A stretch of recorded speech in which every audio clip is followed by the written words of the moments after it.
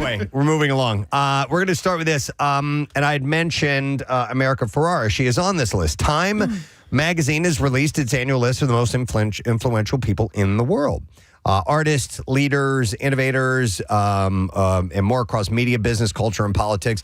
I'd set aside some notables, names that we know, because there are a lot of people in there that are, industry people that you wouldn't probably know their names right off the bat. But Dua Lipa is on there. Savage, Jeffrey Wright, Taraji P. Henson, Patrick Mahomes, Maya Rudolph. Those are all good names. We also have, like I said, America Ferrara, Kylie Minogue, Elliot Page, Michael J. Fox, Sophia Coppola, Mark Cuban, Kelly Ripa.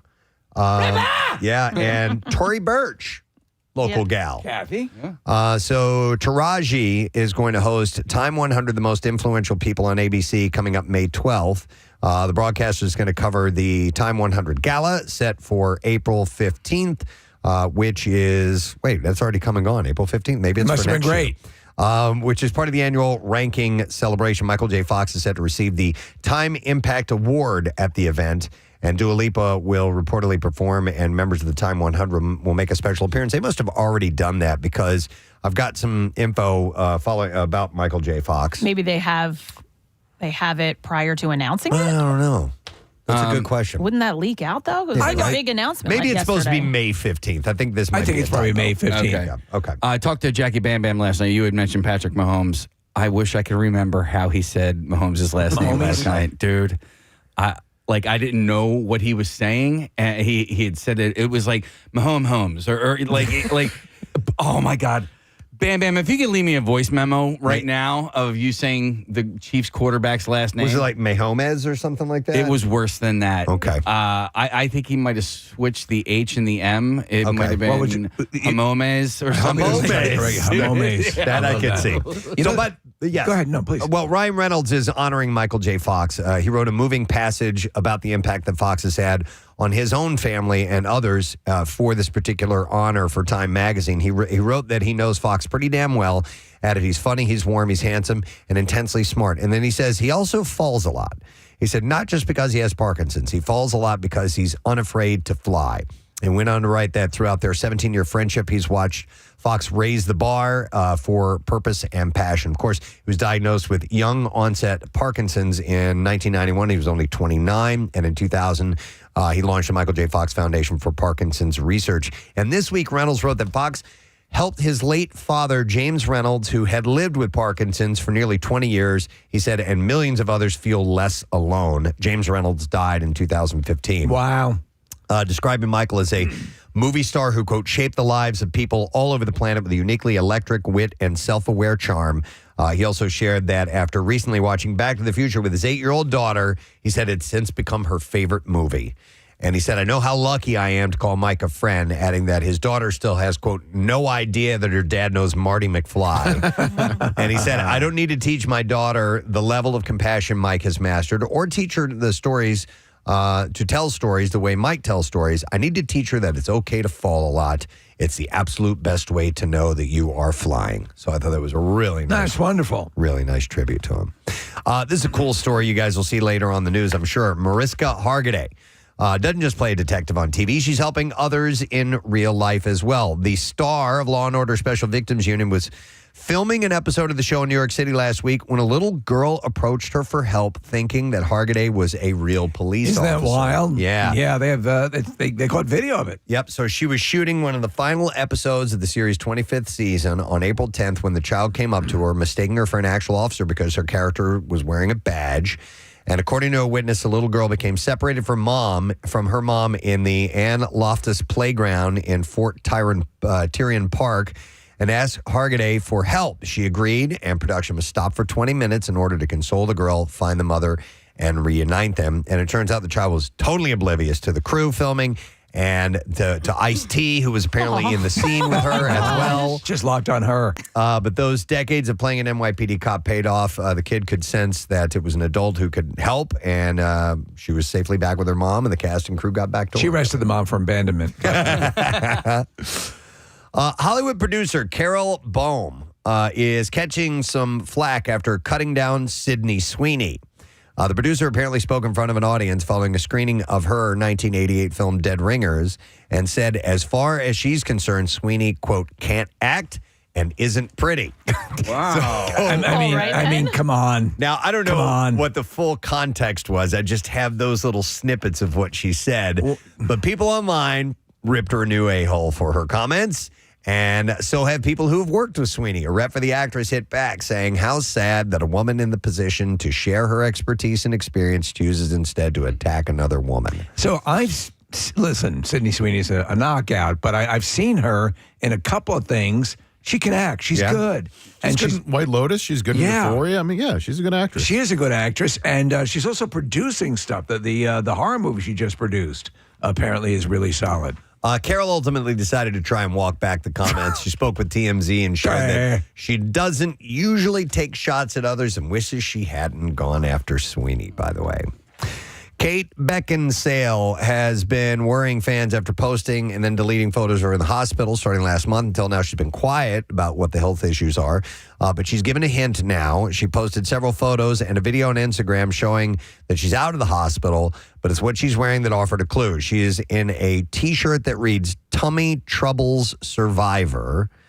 While she hasn't publicly shared the reason for her hospitalization, TMZ reports, if we had to guess, Kate must have been experiencing stomach troubles that landed her in the hospital last month. So I don't know what I think she's enjoying dangling stuff out there for people to wonder. Yeah. What's going on. It's because you can easily go, hey, guys, I was in the hospital. I had this thing. I have an ulcer issue. Yeah. Whatever. Right. But she's not doing that. So she's having fun with that, I guess. Speaking of health issues, Olivia Munn is sharing a few more details about her cancer treatment. The actress revealed in March she underwent surgery after she was diagnosed with breast cancer. She sat for an interview with People and shared how scary it was dealing with cancer in the moment. She said, I was not someone who obsessed over death or was afraid of it in any way, but having a little baby at home made everything much more terrifying. She was also upfront that as much as you can prepare and think about how everything will work out, it's not so simple when you're actually dealing with cancer. She said, the truth is that nothing could prepare me for what I would feel like, what it would look like, and how I would handle it emotionally. It was a lot tougher than I expected. Yeah, I've seen people like what she did, what Christine Applegate did, to do that, to be that brave, to call upon that courage, to deal with anything. I obviously, we all know lots of people who've dealt with breast cancer and surviving various forms of cancer. Anytime you step up and go through that, it's a Herculean chore. So, by the way, her treatment has not included chemotherapy or radiation so far. She's kept the diagnosis and the treatment private, but she did start hormone suppression therapy to lower future risk and now faces medically induced menopause. John Mulaney, of course, is the father of their child, and she said that he was reportedly a source of comfort during this time. She said it could have felt like climbing an iceberg without him. So he was the supportive partner. I like hearing that in the whole thing. Yeah. Quentin Tarantino no longer planning to make The Movie Critic, which he had earlier said would be his final film as a director. So he's still going to make a 10th film, but it won't be this. I guess so. Yeah. It was confirmed the director had given the project a thumbs down. Brad Pitt had reportedly been cast in the lead role of the film. The Tarantino had said was about a small-time movie critic who wrote smart reviews for a porn magazine and was set in 1977. Which would have been cool, but he's got his eyes on Beastmaster 3 now. Oh, yeah. I didn't even know they made a Beastmaster 2. Oh, yes, they did. With Mark Singer. It's not clear what project he might choose as his next film, as he had also decided against an R-rated Star Trek film in 2019, saying that it was too big of a project. It would have been cool, though. He said, look, I might come up with a really big idea, but right now the idea of a smaller audience almost all the way around is appealing to me, he said. In 2022, he tossed around the idea of making an 8-episode TV series, but that never came to fruition. So we'll see if there's more to that soon. God, I think of all his movies, and I love his movies, Once Upon a Time in Hollywood, my absolute favorite. Yeah. I think he's on a real streak. I hate to hear him say that he's wrapping it up. He's still relatively young with the 10th film. Keep it going, man. We love, he's always recreating, reinventing, doing stuff that's interesting. Yeah. We need that. All right, so we have a clip to play. This is not the Eclipse, but during last night's episode of The Masked Singer, the starfish was revealed. And should I just roll this as they reveal who it is? Oh, well, they don't reveal it in the okay. clip. It's just her performing. It was Kate Flannery, Yay. our good friend of The Office, and she performed Queen's Under Pressure. So here's a little clip.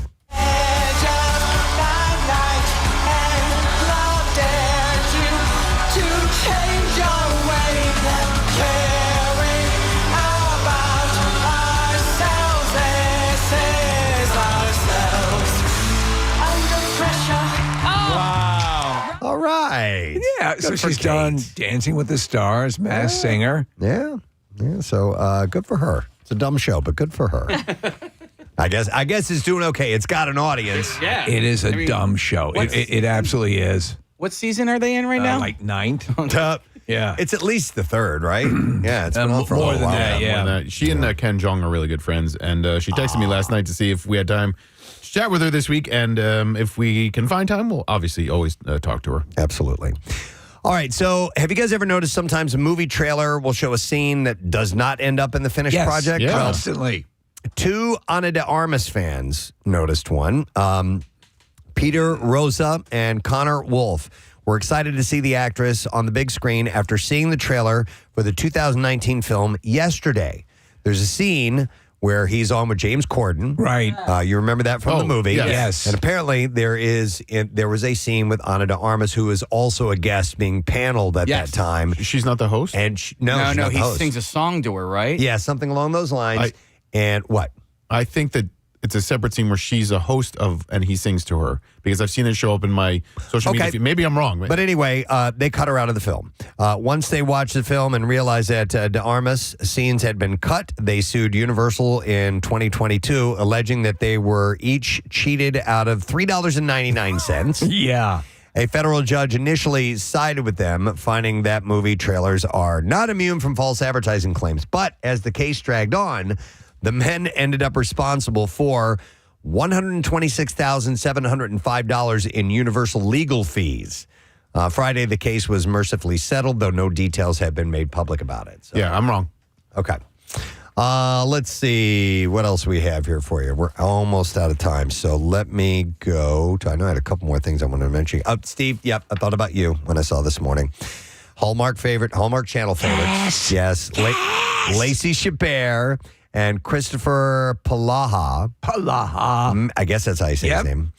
May be on the channel, but surprisingly, they've never appeared in a Hallmark film together until now. Yeah, I'm down with this. The stars teased their new movie called The Christmas Quest on social media on Tuesday with a video shot in an ice cave in Iceland. So here's why I dig this guy. He's a really good actor. He's actually appeared in a lot of good stuff on Hallmark. Preston, he is the one whose body is sexually assaulted by Wonder Woman in Wonder Woman 84. I have written off that movie completely. And you've done a wise do thing. not remember It'll it at enrich all. your life. But at the end, he is revealed to be the guy who Chris Pine is sort of, yeah. An avatar. He's right. kind of an avatar for him. Exactly, Okay. yeah. Palaha said this would be a really cool place to film a Hallmark Christmas movie. And then Chabert looks directly at the camera smiling, saying, really cool. Production is officially wrapped on the film. And then he turns to the camera and goes, bitch, which will premiere later this year. bitch. As part of Hallmark Channel's 15th annual Countdown to Christmas event. And if you want to see the video, you can certainly find that online. Lacey Chabert can do no wrong. Steve, you know what his credit in that Wonder Woman movie is? Rape victim, Handsome man. handsome man. Handsome man. Yeah. Lacey's so cute. She is. It's ridiculous. She's totes adorbs. That little lisp that she has is Yeah. just adorable. And see, this satisfies my requisite for a Hallmark movie. He is good enough looking to be a match for Lacey Chabert. Okay. So I think we can get to clips now, Case. All right. Yeah, it's after 7, so why not? Dinner with Parents is a single-camera comedy series about a close-knit family's weekly get-together that always devolves into, and then it says in this clip.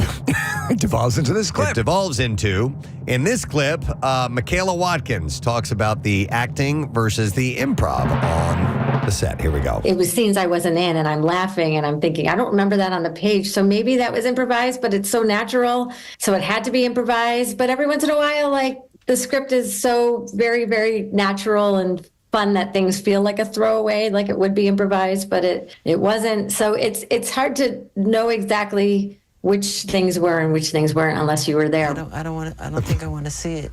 Dinner with the Parents premieres tonight. That's on Free V. Freebie. All right, next. Family comedy The Upshaws is produced by and stars Wanda Sykes and Mike Epps, among an all-star cast of characters. And in this clip, Kim Fields talks about working between those two comedy legends. We laugh all the time. But Mike and Wanda are such, consummate professionals that they're not trying to one-up each other. They're there as actors who are very funny. And the two of them in particular, they always are willing to take one for the team. You can talk about me, as long as it's funny for the team. Shut the up! Tootie! The Upshaws is streaming today on Netflix. We were supposed to have her on, right? Was it to promote this? Yeah. Oh, yeah. Some bitch. I love her. She's great. She's adorable.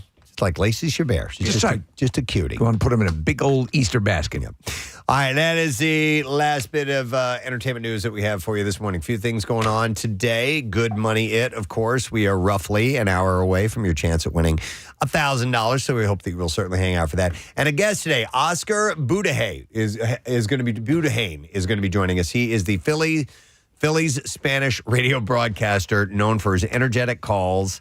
And the Phils are doing great and all is well. Knock whatever. Yeah, exactly. I know it's early, but we'll chat with him a little bit later on. Should be pretty cool. In the meantime, we'll take a break. We'll come back in a second, and we'll just keep this Thursday morning moving forward. We'll be right back. Stay put. Preston and Steve.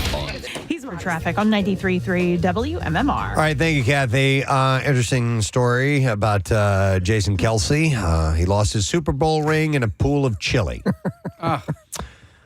So he and his brother Travis were at the great Lumbaby Games at the University of Cincinnati. I don't know. Never heard of it. The competition between athletes and academics involved a game wherein competitors dove into pools of Skyline chili. So Skyline chili is famous in Cincinnati.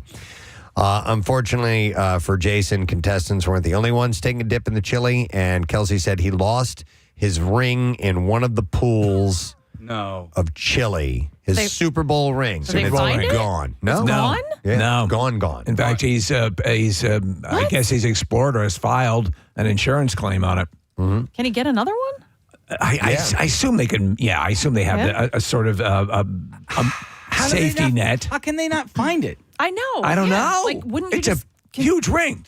continue to search? And Those things are giant. Yeah. The rings are gigantic. But I don't know how big the pools of chili were. They may have been really, really big. They had to be big enough to accommodate Jason Kelce. Yeah, and others. So I'm not really sure, but also, apparently. why wear your Super Bowl ring to the Diving into chili. into chili. I mean, I'm sure he knows it's his own fault. Right. You know, He so, does. He's owning it. He's that kind of guy. So, yeah. Okay. I know somebody who lost their wedding ring in the Caribbean Sea. He didn't lose it. That was that was what was lost. And that- it was lost. the cell phone wasn't lost. The cell phone was just launched in. That was my buddy Steve. His wedding ring came off while we were on a catamaran in the Caribbean. It got caught on the netting in the catamaran, dropped off into the ocean. His wife was none too happy later on that night to find out about it. So while he was on the phone with her, I saw him do this.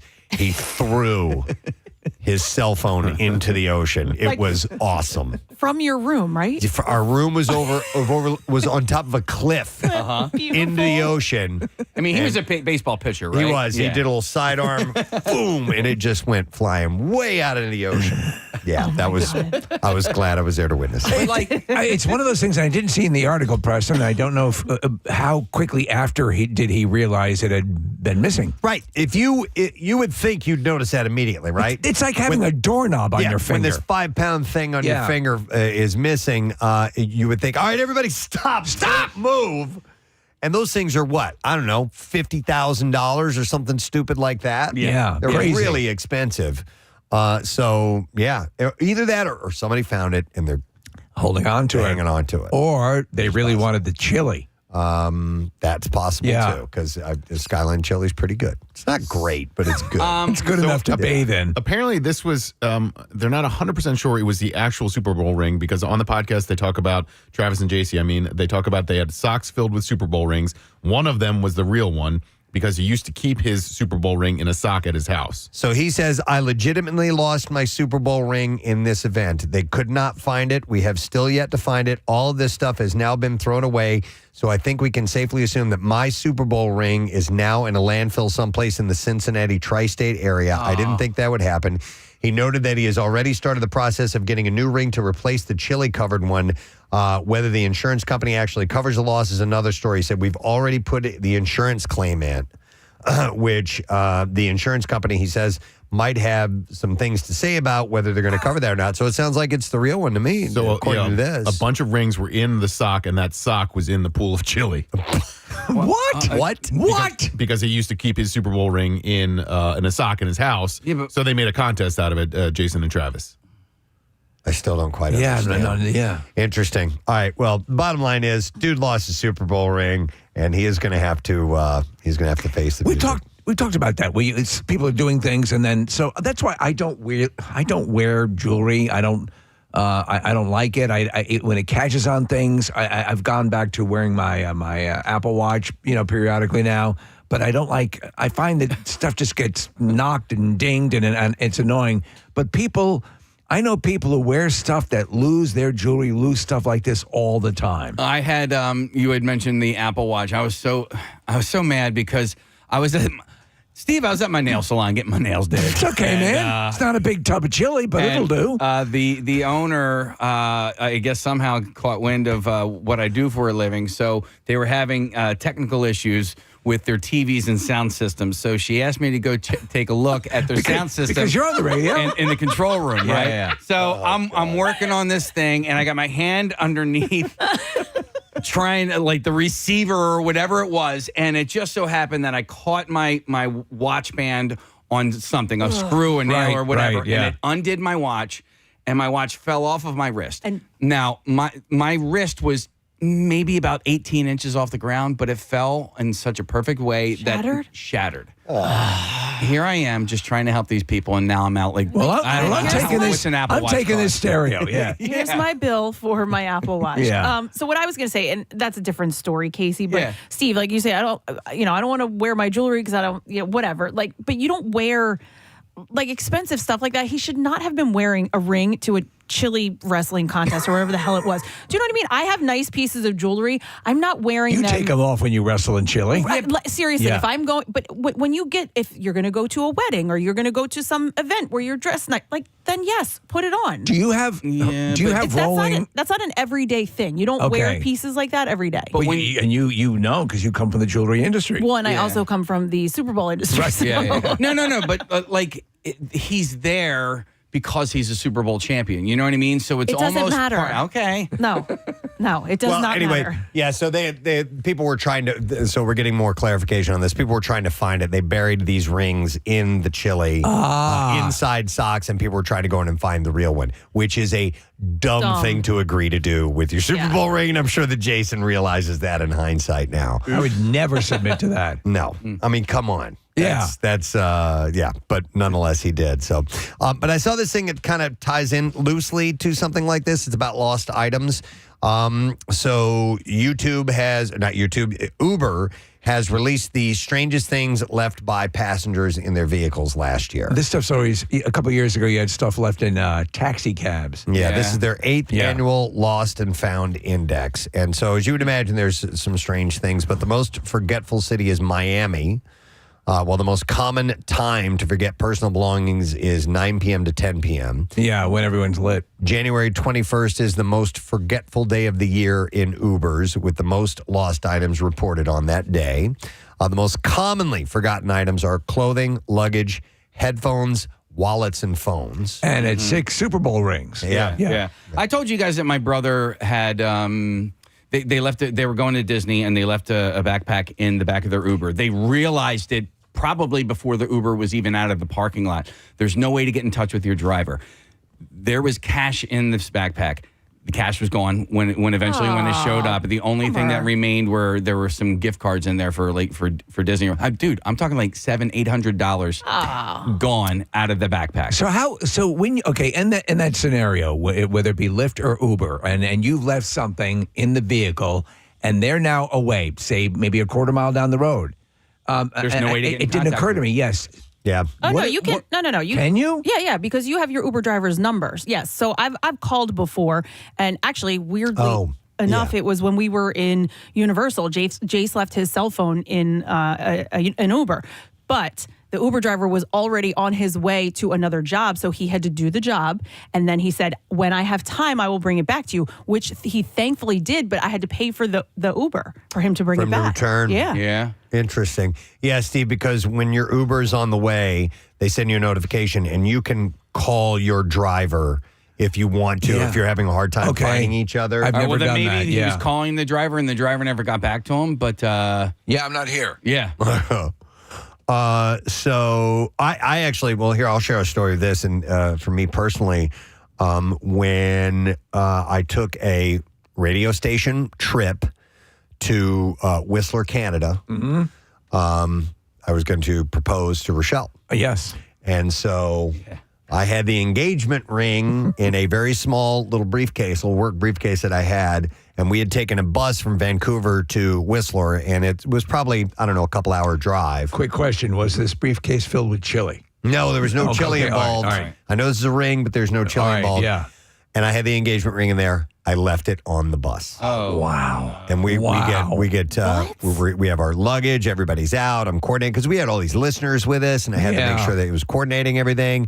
And then I realized when we were getting ready to go to our room that briefcase was gone. I'm like, oh my God. I'm freaking gonna have out. to break up with her. She doesn't know that I have the engagement ring, So and she doesn't. She's like, oh, we'll just let the bus know. We'll get it. Maybe when we head back. I'm like, We need it now. yeah. You don't understand. So I pulled this person aside. I'm like, you don't understand. I'm like, this is the diamond engagement ring is in there.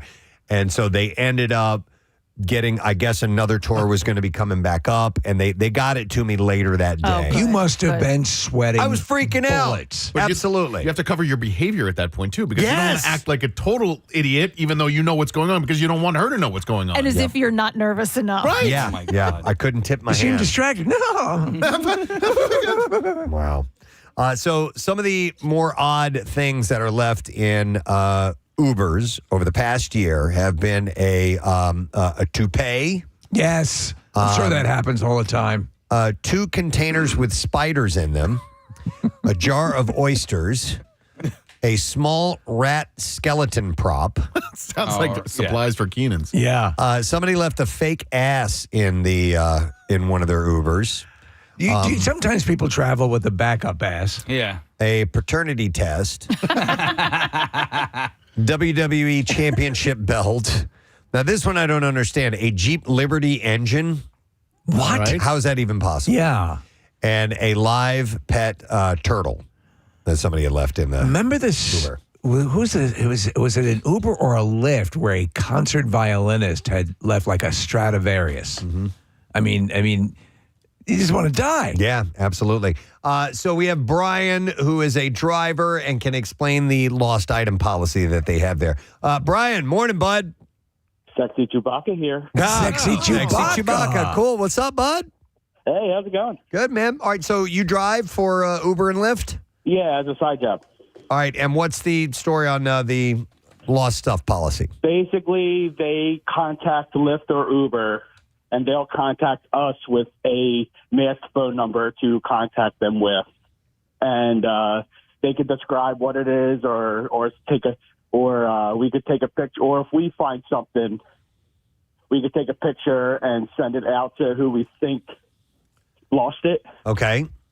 And it's somehow, like, there are ways we could contact the driver or the rider, and the rider can contact us. Okay. All right. What if this situation like with Kathy, all of a sudden they realized fairly quickly that they've left something in the car. They contact you because they have their number, but you're already on the way to another fare. I've actually dropped stuff off with the other fare in my car. because they were that close. Oh, really? If they're that close. But I asked the other rider if it's okay if I do this, and I'll end their ride early so they're not charged the extra mileage or whatever. Okay. Yeah, because you're talking about extra time and extra mileage, and that costs money. I need to drop off a couple of spider jars. Right. Yeah. Interesting. All right, Brian. Thanks, Chewbacca. No problem. See you, bud. I missed He gave a Wookiee sound. I missed an opportunity when he thought he was. I should have said, "How you doing, Chewbacca?" Oh, man. Chewbacca. Call back.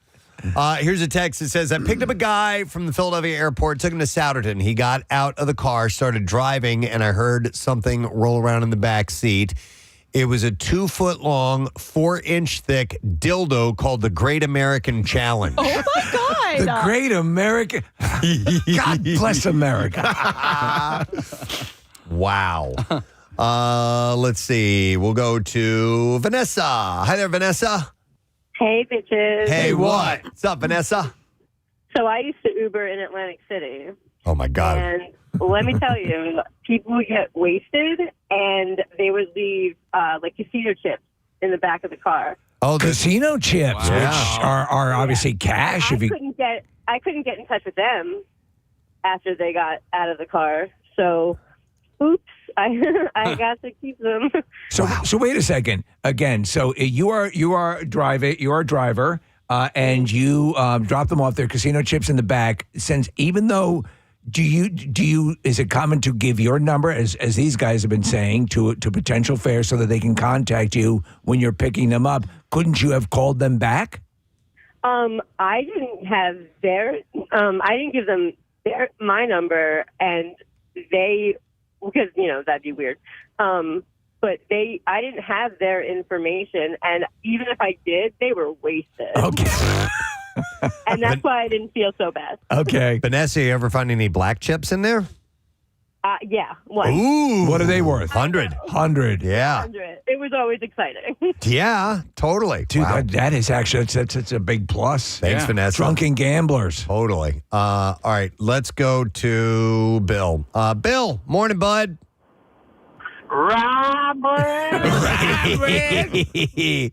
What's up, my man? So I'm also a driver. I'm actually down in Florida now, native of Delco. But one night I was driving. It was a Sunday night. I picked up this basically grandma. She was coming from her family's Sunday night dinner. Very sketchy on her calls. I go over here, end up dropping her off, and I had this weird feeling. So I get out the car, I block down, I look in the back, and she left a nice little glass pipe with white residue. Wait a second. On the end. Grandma left a crack pipe on the back seat. Grandma left a crack pipe on the back. What a great tip, That's man. a holiday Yeah, song. Yeah. Grandma left a crack pipe on the back seat. Did she ever try to claim the said crack pipe? No, so I call Uber to tell them, to report not that somebody left an item in the car, but the item in which the driver left in the car. And they weren't understanding. They're like, oh, so you want to contact them to return it? And I was like, no, I'm not returning their crack pipe. You should probably, disallow their account because it's going to get somebody into trouble. Yes. So, Yeah. Yes, I'm calling from Uber. You left your crack pipe in the back seat of one of our vehicles. Yeah, let's say you got pulled over for some reason, Bill, shortly after that, and a cop gets in there and sees the crack pipe in the car. All of a sudden, you're facing some issues. Exactly. That's why I tell myself I at least have the benefit of the doubt. And I say, look, here's the ride. This is where they're at. We can do a side-by-side piss test, and I guarantee they'll fail. I'll pass. Right. That's pretty wild. Thanks, I was talking to a cab driver, Preston, and he says, and I wonder if this is the case with Uber drivers and Lyft drivers, they're encountering more and more these days, at least in this cab driver, it had it happen to a couple of times. He'll get a fare, and the fare will keep asking, can we go to this location and this location and then this location, and keep adding on destinations. And what he's basically doing is he's driving around a drug dealer. Oh. Yeah. Okay. And that it's like, and he was able to get in touch with the cops while the guy was, going in to make a transaction. But yeah, so, they're serving as couriers. Where does one even purchase a crack pipe? I mean, There's Crack Pipe City. Okay. Yeah, which is my place. I go to Crack Pipe Plus. Crack Pipe Plus. Well, yeah. Yeah, there's a few different places. It's right next to Pack Pat. Let me go to, let's see, we got a number of calls here. I will go to Brittany next. Hi there, Brittany. Morning. Sorry to bother you guys at work. Nah, it's all right, Britt. What's up? So, two of my friends and I went to a concert down on South Street back last summer, and we realized the next morning when we woke up that my best friend left her phone in the lift. The problem was she was leaving the next day because she's actually from Connecticut, so she's not even from here. Mm-hmm. She spent all day trying to get through the lift. They're like, oh, we'll try to get in touch with the person. She finally gets the name out of them. It's like 8 o'clock now on, I think, a Saturday night, and we're still trying to get in touch with this guy. Using his name, I'm not proud of this at all, but using his name, we were able to track him down through Google. So we found a phone number, we called, it wasn't his phone number anymore. We start driving around. One person's driving, two of us are searching on Google. I mean, we used Google Maps and was able to zoom in on what we thought was his neighborhood. And, we got an address off of a trash can of his neighbor. Are you kidding Dude, me? that is some top-level detection. That's great. Yeah. I mean, we stopped, got snacks on the way. It was the whole thing. So you became investigators. You know, one thing, was it an iPhone, and could you use Find My Phone, the app? It was an Android. So Okay. I feel like we were tracking it somehow. So it said it was, parked somewhere, but then he started moving. So we were like, oh, my God, is he doing lifts? What if we pull up the Lyft app? Can we track him that? It was kind of scary the way. Well, it was scary, but inventive. You guys were good, man. You're very comprehensive. Did you get your phone back? So she did. So we found the house we thought was his. All the lights were off. It's 10 o'clock on a Saturday at this point. I think we're going to get killed. My two best friends went up to the door. I stayed back, a step down. Yeah. And my one friend turned to me and she's like, you better get up here right now. They knocked on the door. He came out. She explained herself. He was the nicest person ever. It was raining at this point. He walked us to his car, and there her phone was right on the floor of his back seat. Well, good for you, man. Wow. You should have stood there with your hand tucked into your jacket, like you had unpacking something. heat. Yeah. Wow.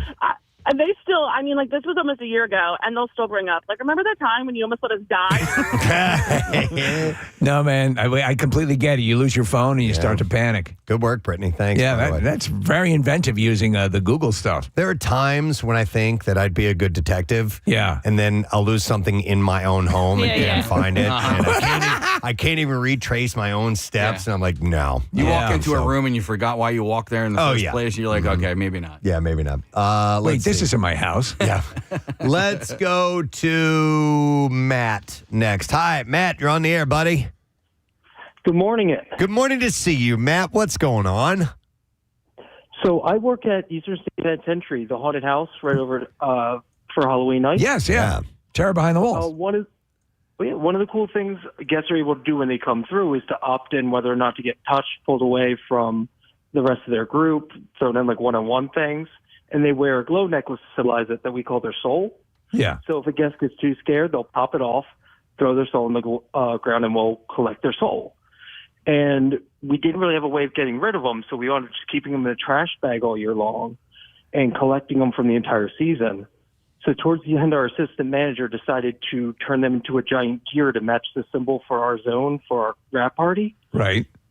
She made a giant gear wheel out of over 600 different glow necklaces all tied together. Right. And brought it for the pep rally for the first week.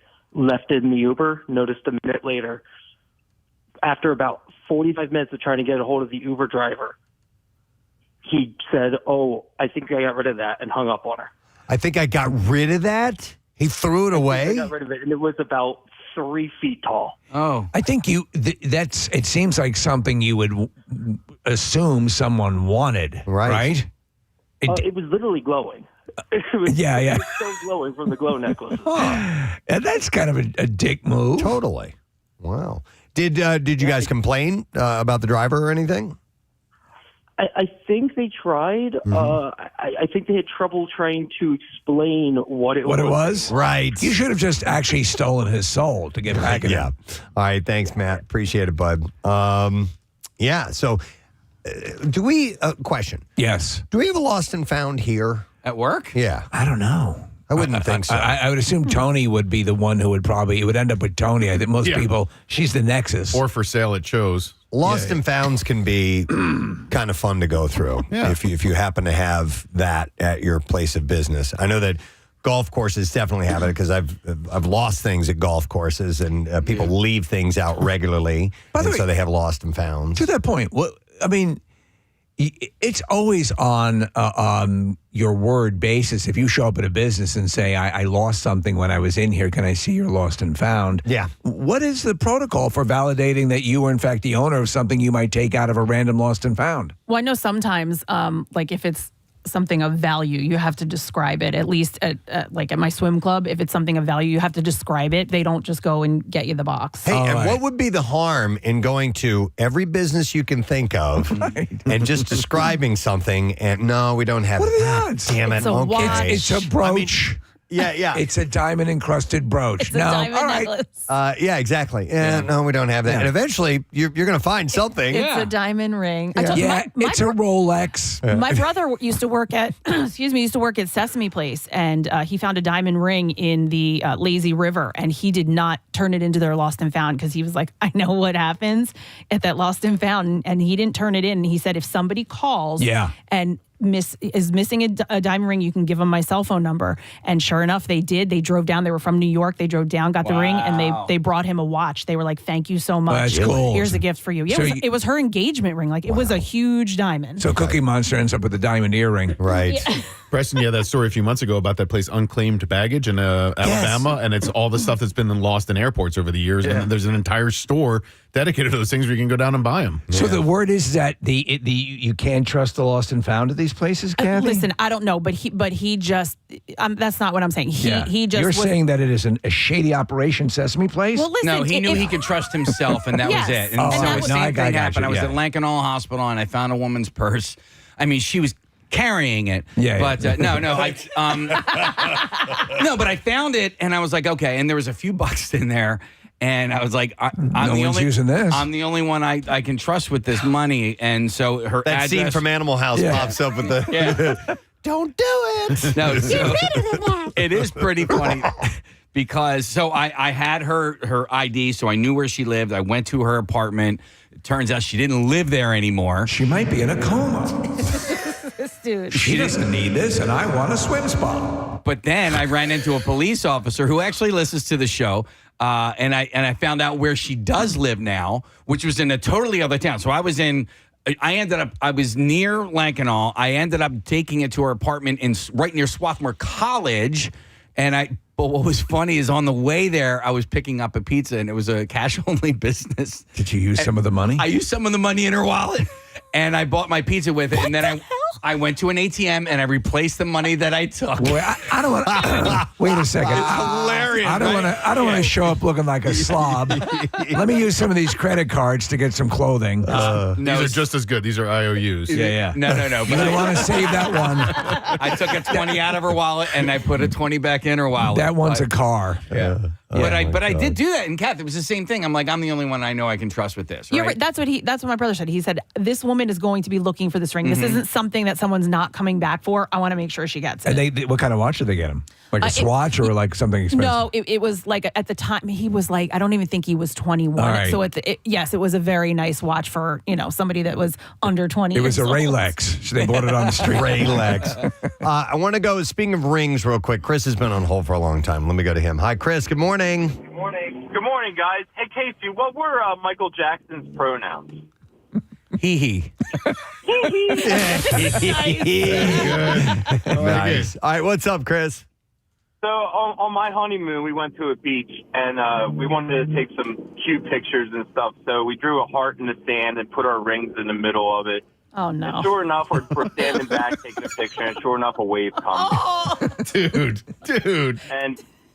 And this was Cape May in October. So the water was kind of cold. Oh, my God. It was very cold, and I dove in there, I was actually able to recover them. Oh, thank And, God. Wow. And I remember telling my wife at the time that, hey, this isn't a sign of our marriage. Yeah. Nothing is. Wow. You got very lucky, sir. He said we're divorced now. Yeah, you're divorced now? Yeah. You got a good story out of it. Should have let the wave take him, I guess. Damn right. All right, Chris. The ocean thanks. was trying to tell you something. Marissa handed me a note, says, by the way, I'm still looking for a diamond bracelet I lost in a cab in 2009. Oh, my God. It was Steven Was that Singer. Steven Singer? Mm-hmm. Oh, my God. And then Marissa, we ended up having her in a cage at Steven Singer. I remember that because For punishment. I remember going to get jewelry. Her and I both went. And Yeah. I remember saying to him, I go, well, what happens if we lose a piece? Because we're not buying it. We're not giving you any money for it. You're Yeah, it was on loan. It was Yeah. on loan. You're lending it to us. And he goes, you're not going to lose it. He goes, and if I think there was there's insurance around it, but he's like, you're not going to lose it. Sure. I thought she was joking when she told me the next morning. Or it may have even been the same night we got out in Manayunk, out of the cab in Manayunk. Yeah, because I think we started going back and forth looking for it. We for took a cab from Mad River to the Bayou. It's like a And block that's and a where half. she lost it. A block and a half. Jesus. My God. You could have walked that easily. Yeah, but we need to get to the Bayou quicker. So God. 2009. Well, somebody's got it. Yeah. Yeah. It's out there somewhere, or it's in the crack of It's a in the seat, seat, and nobody will ever find it. Wow. There's got to be tons of stuff like that out in the world. I lost an iPad at the Bellevue, right? Like a brand new, big with the keypad attachment, all that stuff. I was doing the fur ball for Morris Animal Refuge, and I could check it, I could find it, I went back and I had to locate it. It was in that grand ballroom. Yeah. And I kept checking in periodically. In the interim, I'd wiped it and I'd put up this notification that were you to turn it on, it would provide my number for you to contact me. The battery just died and it never moved. It stayed there for months. Yeah. And just that was it. And it's weird. probably still there. Yeah. It might have slid between two things. Yes. And Right. someday when they do the refurb the room, they're going to find it. They'll find it. Yeah. Here's a text that says, you wouldn't believe how many pairs of Oakley sunglasses I found at the Cardboard Classic over the years. Oh, I got a pocket knife at the Cardboard Classic a few years ago. Did you really? Yeah. But does he just sit around looking for Oakley sunglasses? Just that people stumbles across left? them. People drop stuff all the time. I mean, there's ski slopes in general, but like for Cardboard Classic, where people are standing there for a long period of time And they've been drinking all day, and they take their glasses on and off. Also, like high school kids just leave things behind. So at the end of the school year, like you go to the Lost and Found, there's like beautiful like Columbia jackets and North Faces and We will periodically get an email from the office at Jace's school. And Your son's crack pipe is here? No, Jace is very good with his things. We've never really lost anything at school, but you have to see, they send a picture so that you can look at it and know. But it is like, these parents are spending all this money on, like these clothes for the kids, these jackets, hats, everything. And I mean, a brand new Phillies hat, the new Phillies hat. I'm like, that was not cheap. And there it is, sitting in the Lost and Found. Yep. All right. Well, listen, we do have to take a break. But thank you for your calls, and I apologize to those who are on the line. I'd like to apologize to those who are on hold that we didn't get a chance to go to your calls. But thank you. We do appreciate that. And Kelce has written off his Super Bowl ring. Lost in a tub of chili. Yeah. So we lose things from time to time. apologize to Jason Kelce for losing his ring in chili. All right, let's take a break because you could find some money, friends. It's MMR's Good Money It. So we'll have that when we get back, as well as Bizarre File Story. Stay with us, please. It's still 11:33 WMMR, everything that rocks. The Black Sheep. It is, oh my God, it's 8:01. Let's shut up and do this. 93.3 WMMR Philadelphia. It's time for a Good Money It keyword. Yes, and that keyword is minted. We're going to give you until 15 minutes after the hour to enter it. 3 ways to do it, but let me spell that for you first. Minted, MINTED. And you can enter it via WMMR.com or the MMR app. You can even text it to the special contest short code number, which is 45911. Minted. One random entry wins $1,000 in our company-wide contest, and each winner gets a call from Beasley, so make sure you answer your phone. The contest rules are right there at WMMR.com. It is brought to you by McLaughlin Plumbing, heating, and cooling. The word again, minted. Enter that now. Come and get that $1,000. We're going to take a look at traffic, see what's happening. Kathy, what you got for us so far this morning? We've got jam traffic on the Schuylkill eastbound 202 into Gulf Mills, the Boulevard to South Street, westbound Bear Avenue to South Street, the Boulevard to Belmont, the Blue Road out to Gulf Mills, Blue Road northbound heavy 95 to the Media bypass southbound side from the Mid-County tolls to the Schuylkill, and then from Broomall over to Media, 95 southbound heavy, Cottman into the Vine Expressway, the Walt Whitman Bridge to Broad Street, Pennsylvania Turnpike westbound heavy Willow Grove to Fort Washington, 202 out in King of Prussia, northbound. Again, sinkholes causing closures between Henderson Road and Solon Boulevard. Right now, they've got 2 lanes closed in the northbound direction. They are expected to close some southbound lanes later today. An accident on 295 southbound has a jam from 561 to 168. 55 northbound heavy from Deptford to 42. The overturned tractor trailer cleared from the New Jersey Turnpike northbound at exit 7, 206.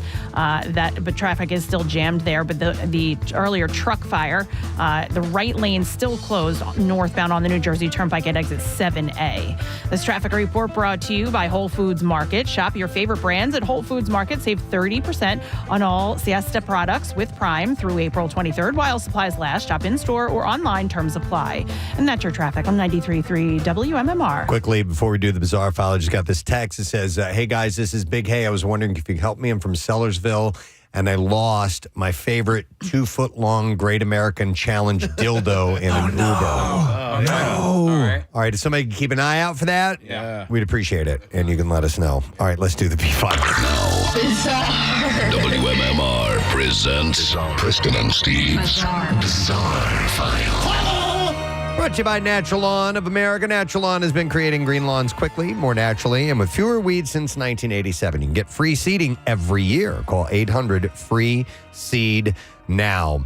A man was arrested after Memphis, Tennessee police say he attempted to rob a gas station with a live snake on Monday. It's loaded. Reginald Cook is charged with 2 counts of attempted aggravated robbery. Around 2 a.m. Monday, Cook walked into the Shell gas station located on Elvis Presley Boulevard and made a purchase. About 30 minutes. do for sure. About 30 minutes later, he went back to the store and demanded money from the register. The cashier thought Cook had a weapon because he kept reaching into his clothing. After the cashier refused to open the register, Cook left. And about 35 minutes later, he came back with a live 5-foot snake wrapped around his neck. The cashier pulled out a mongoose. And he had a green backpack, and he shouted at the cashier, "Give me the effing money," while reaching inside his backpack.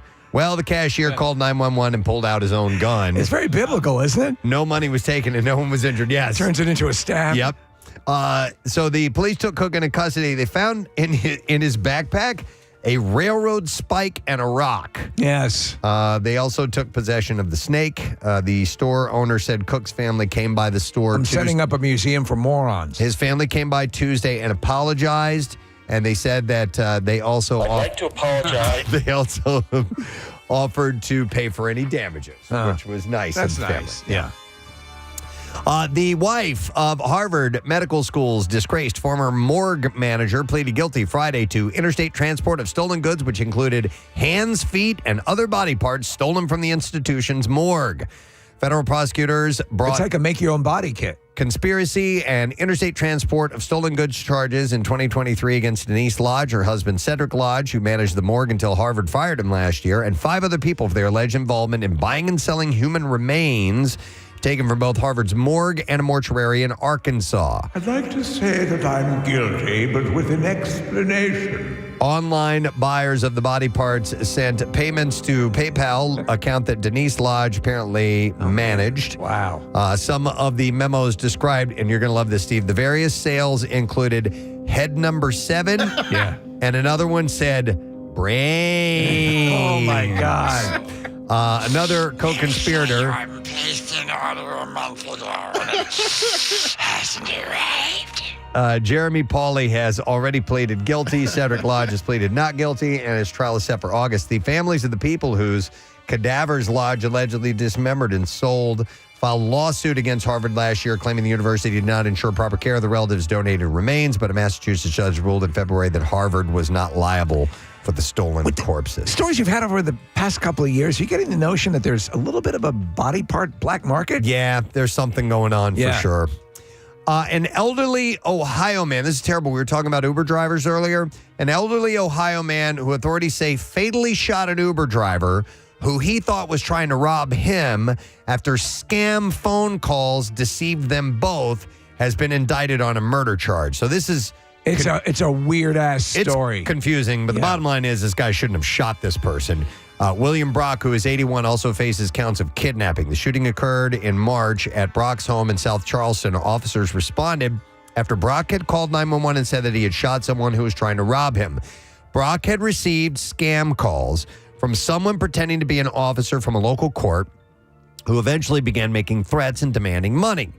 The victim, Lolitha Hall, was an Uber driver who had been told to retrieve a package from Brock's home, a request authorities say was possibly made by the same scam caller or an accomplice. They were setting these people up for this conflict. To do what? I don't know. Yeah. But is it like akin to swatting someone? Hall had no knowledge of the calls made to Brock, authorities said. When she arrived at the home and got out of the car, Brock pulled out a gun and demanded she tell him who had made the threatening calls. He also took Hall's cell phone and would not let her leave. When Hall tried to get away, he shot her. He already had her at a gunpoint. It's stupid. He didn't need to shoot her. And then he shot her 2 more times as they were discussing the situation. Could you stop that? This is why he's facing a murder charge.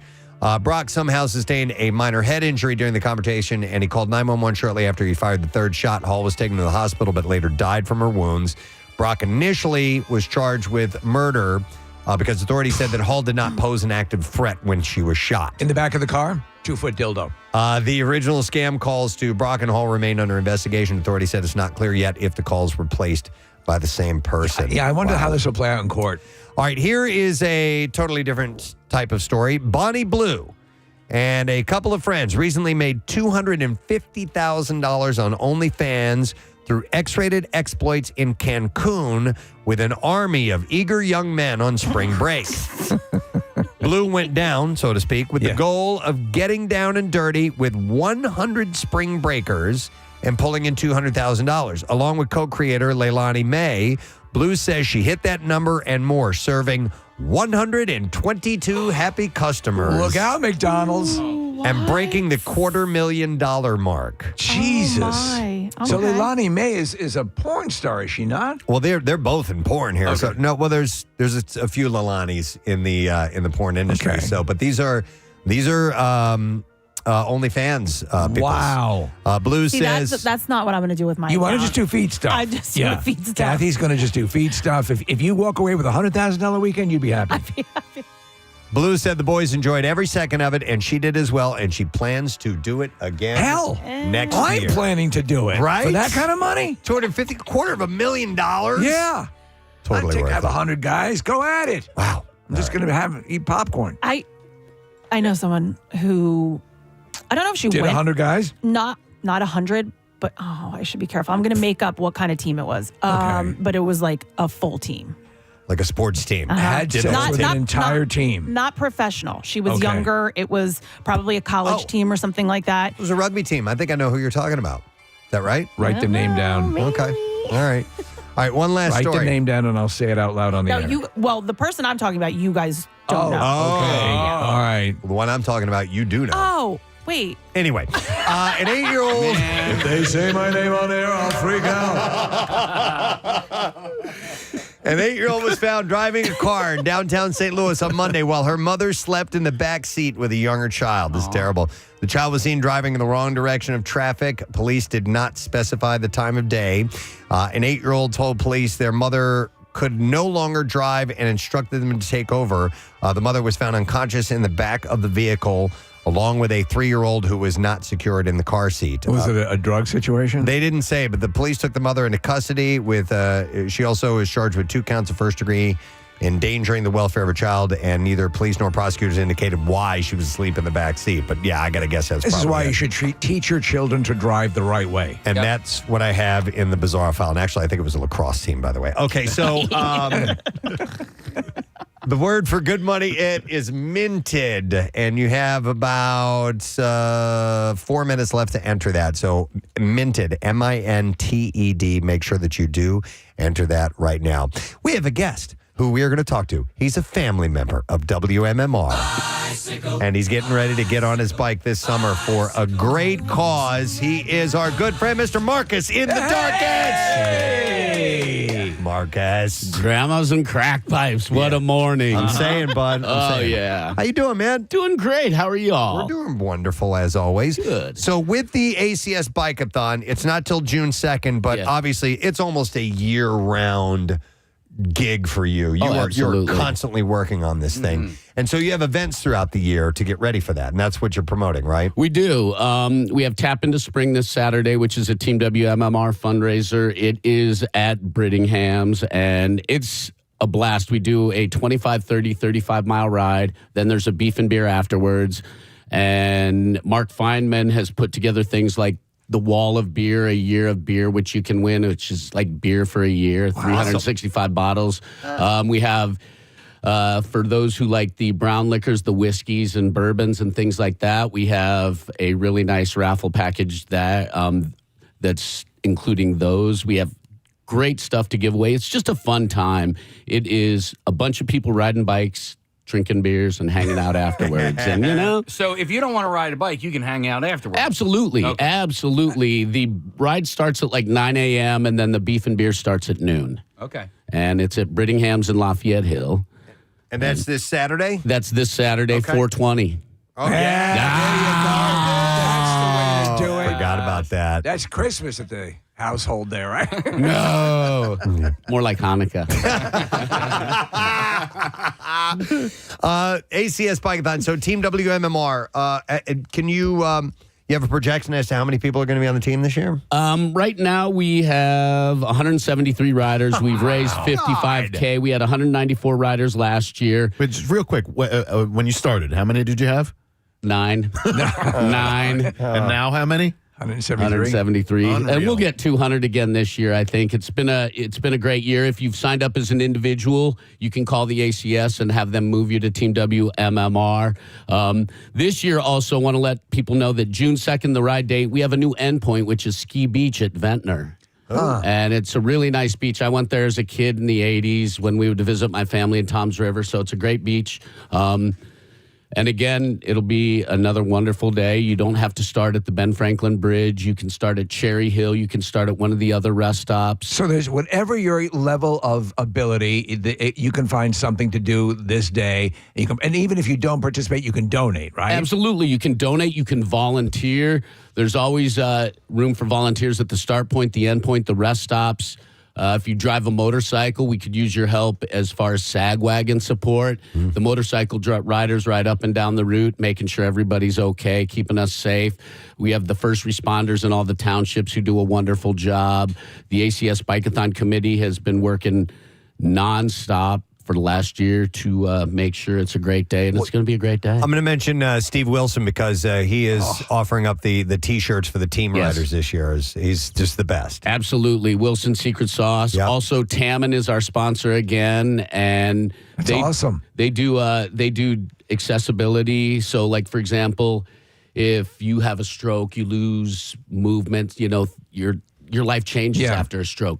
How do you still access the information you once were able to access before? Right. So they work on that type of stuff. If you're dyslexic, what fonts are the best to avoid, confusion for people who have color blindness? What are the colors that are best on the websites? That's amazing. If you have, migraine issues, little things like blinking lights on your web computer can trigger migraines. Right. So they work with clients to make sure that everybody has access to information, and it's a great company. You sing so much. Obviously, we keep singing your praises, but it's well worth remembering. Anything like this, of this level, requires. I see Casey, when he's putting everything together, the minutia, the stuff that has to go into this. You throw your all into it.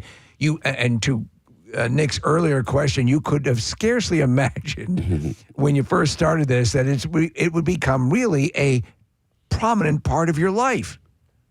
You're right. Yeah. You're right. Because, I remember the early days were like, oh, it would be so cool to get 200 riders. Oh, it would be so cool to get 100 riders.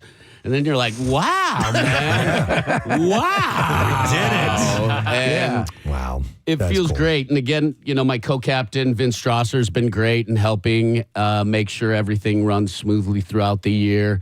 Eric Simon, Todd DeFeo have been absolutely incredible behind the scenes, making sure everything works. Chuck D'Amico's been great. So I always mix up the teams. Your team WMMR and Casey. Yours is the Rock and Rollers. Yeah, the Rock and Rollers. So Yeah. I So- said that earlier. So all right, team WMMR. By the way, Saturday's going to be a beautiful day. 68 degrees and sunny. So that's perfect for getting out and riding the bike. Yeah, we'd love to see you come ride with us at Tap Into Spring. If you're a bike rider, just come and do the ride. It's a great ride. We ride from Brittingham's to Phoenixville and back. Okay, and do people just show up if they want to be a part of this on Saturday? Absolutely. Show up between 8 and 9. All right. Brittingham's, which is on East Germantown Pike, 640 East Germantown. But just go to WMMR.com. All the information is right there. And you'll also find out about the ACS Bikeathon if you want to be a part of that as well, which is June 2nd. What day of the week is that? The Bikeathon. Sunday. It's a Sunday. Okay, It's that's what I thought it was Sunday. done. Excellent. All right, man. Continue doing great work, brother. you. Always wonderful to see you. Thank you. It's always great to hang with you guys, too. Our so good thank you. friend, Marcus. Marcus in the darkest here, WMMR. How many years now you've been at the race? 19. 19. Wow, I love it. All right, we will take a break. We'll come back in just a moment, so please stay with us. At your traffic on 93.3 WMMR. All right, thanks, Kath. I have noticed a few things. It's return to the noticer, fresh off the Pearl Jam song. Yeah. What does he notice for us today? He never stops noticing. No, I tend to. Across an empty field, down a lonely alleyway, his head on a swivel. He notices so you don't have to. We need pictures of me in an empty field. Right, yeah. As the notice And an alleyway. at somewhere and an alleyway to make that all To prove that it happens. come together. All right, so I noticed this a couple of things actually about robots. Yes. So there were It's a love-hate. couple of developments that came out yesterday. So first of all, Boston Dynamics has unveiled a new version of its Atlas humanoid robot. When I saw the video for this, Preston, the first thing that came to mind was the Terminator 2. Yeah. The T1, the one that was more gelatinous, the aggressor, the way it was able to manipulate its body. Yes. It's freaking me out. So they showed a video of the latest humanoid. They showed it pulling its leg behind its heads to stand up. It's going to do well in the sex industry. And the way that the public said looked like something out of The Exorcist. Also, its head swivels all the way around, and it's pretty wild. But it's interesting because they made some serious improvements over the last one. The new version boasts joints that let the machine bend and move in ways that the human body can't, unlike the original, the rigid Atlas that was famous for, dancing and doing parkour. The company also plans to sell the latest humanoid robot, but the price has not yet been disclosed, and it is set to begin its first job at Hyundai's factories next year. So the new robot appeared to move completely different compared to the old one. The clip, you can see the new Atlas is seen rising from the floor with eerie, smooth precision before rotating 180 degrees at the waist and neck. The old Atlas had hydraulic actuators at its joints, and that moved by pumping pressurized fluid in and out of them. And that type of system is powerful, enabling the robot to run and jump without twitching, with twitching speed and intensity, but it's not very smooth. The robot can only move each joint about 20 degrees. Human elbows, by comparison, can bend 130 to 153 degrees. So for the new one, they got rid of the hydraulics and they use an all-electric design. And this offers multiple advantages, the companies have claimed. The electric motors in the joints are stronger than the hydraulic actuators, and they offer a broader range of motion. So the new Atlas can rotate 360 degrees on all of its joints. Yeah, and they're going to use it, wild. Which means it will have more ways to grip and carry objects. What is its level of strength compared to the hydraulic? Is comparable or less? It says more powerful. Okay. It says stronger than the hydraulic. So, but I couldn't tell you weight wise and stuff like that what it can pull. We have to pull off a robot battle. Yeah. This is important because Boston Dynamics intends for the new Atlas to be used in manufacturing, carrying parts to and from the assembly line. And it will be able to carry different things. Unlike a forklift, which it would only like carry certain shapes.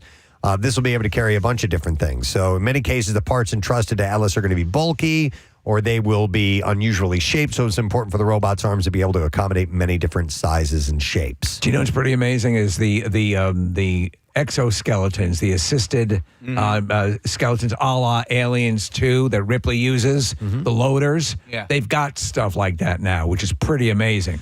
So here's the other one that I saw, and this is even a little more scary, not in how it moves and everything, but it's called I noticed this too. The Morning Radio Host 1000. The Mentibot. The Mentibot. It's a human-sized robot that is stuffed to the brim with AI-adjacent bells and whistles. So this thing learns. Does it look like Larry Menti? No. I was waiting. I smiled before you even said anything. I'm like, it's coming. I know it's coming. Wait, why? Well, the Mentibot. Menti. I guess that's how you pronounce it. Menteebot is the full word. Mentibot. So, or Mentibot. I don't know how you say it. It's being advertised as the personalized AI-based robot that you can mentor. This is like Jarvis.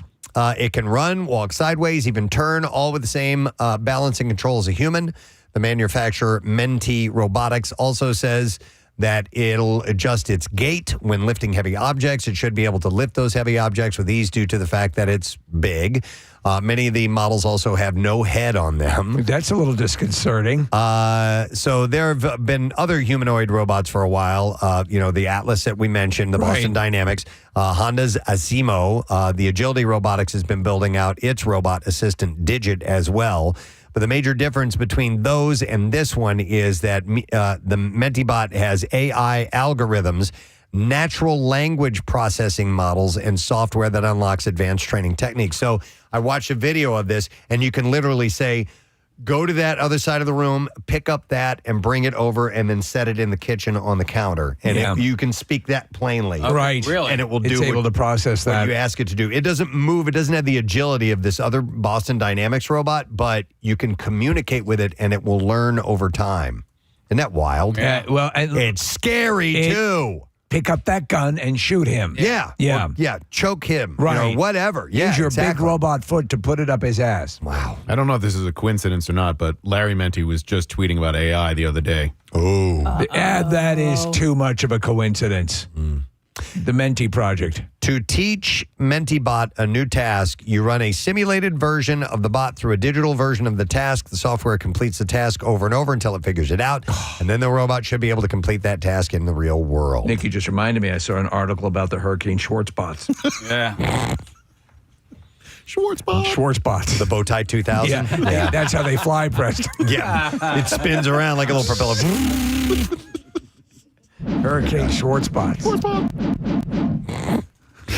So anyhow, they're continuing to make these things. And you know what's funny, man, is because I remember seeing the movie, the Steven Spielberg movie AI. And in the movie, there are a large group of people who are very anti-AI and anti-robot, and they hold these rallies and they destroy these robots and stuff publicly, almost like they're public executions. And I'm like, well, that's ridiculous. And now that this is starting to come to pass, I can't help but wonder if I would be holding a torch. I might be terrified, or also the movie Bicentennial Man. Yes. Because there are members of Robin Williams plays this AI robot, this humanoid robot who starts to become sentient.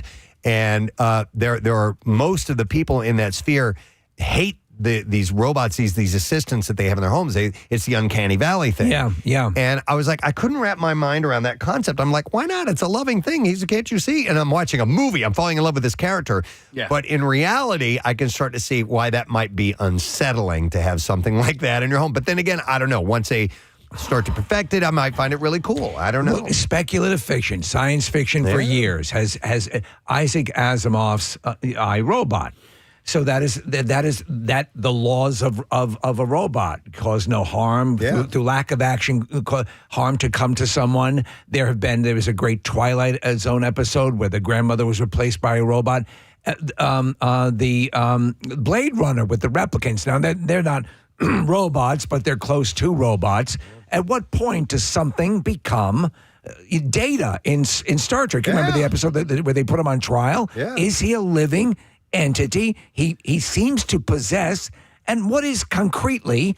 Can we take an emotion out, put it in a vial, and look at it and say, well, that's an emotion, and this thing doesn't have that. Right. So that all those questions are now on the table. At some point are going to be legitimately asked instead of... And I better have a gun. For entertainment. So it's pretty wild. A laser gun. And we're at the kind of the beginning of it. I mean, obviously these things have been in developments for decades, but now that the actual manufacturing and the creation of this stuff, it's pretty wild, man. It's simultaneously terrifying and exciting. I agree. That's a good way to put it.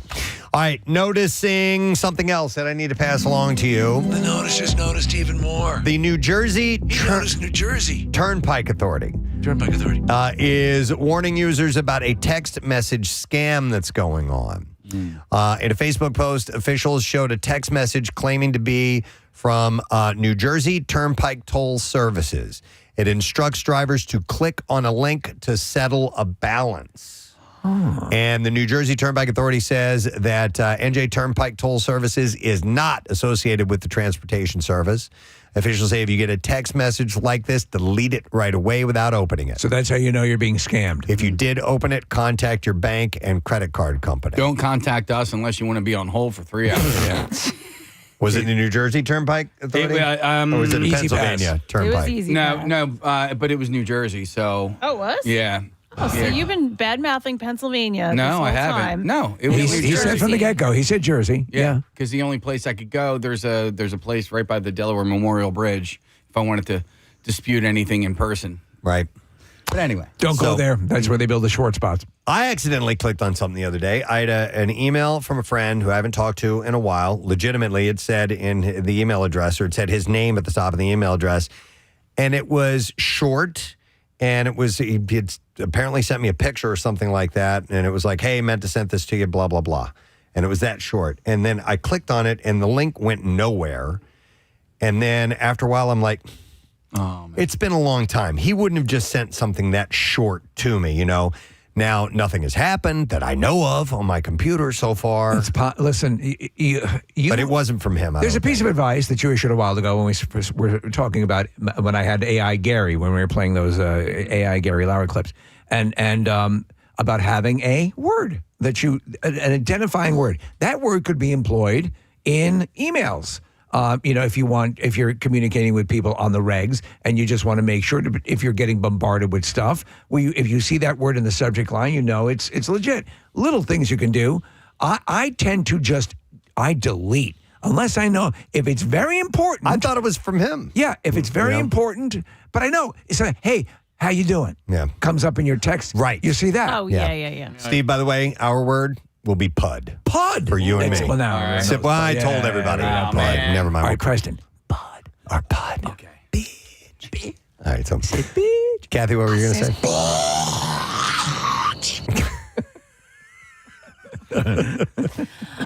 No, I get the same email, Preston, from the same person's email account, and I don't know how he hasn't figured it out or figured out how to change it, but it goes into my spam. So spam knows that even though it is coming from what appears to be his email address, it's putting it into spam for me. But it's the same thing. It goes these feeling nostalgic pictures, and so you're like, oh, what is that? But they're all going into spam, so I don't click on it. Remember when we bought that huge dildo? Yeah. You can without even opening up the email designate it as junk, and then your browser will automatically put it in here. You know what I have found out is difficult to do is the opposite of that. If something gets sent to your junk, to free it, to be able to change that and have it come as I had to get on and go through customer service with Apple because that's where my personal email accounts are through. And it was a process. Yeah. It was like not easy. I thought it would be simple to say that this is a friendly account, allow it through. And it was hard. I've emailed people that I want to maintain contact with, Preston. They've responded to my emails, and those responses have gone into the junk folder. And like you just miss it unless you're actively checking the junk folder or spam or whatever, which I try to do. But we get like that. There's a bulk email that comes in every day. It's a Beasley filter. And there are, I don't know, a dozen, sometimes 2 dozens in there.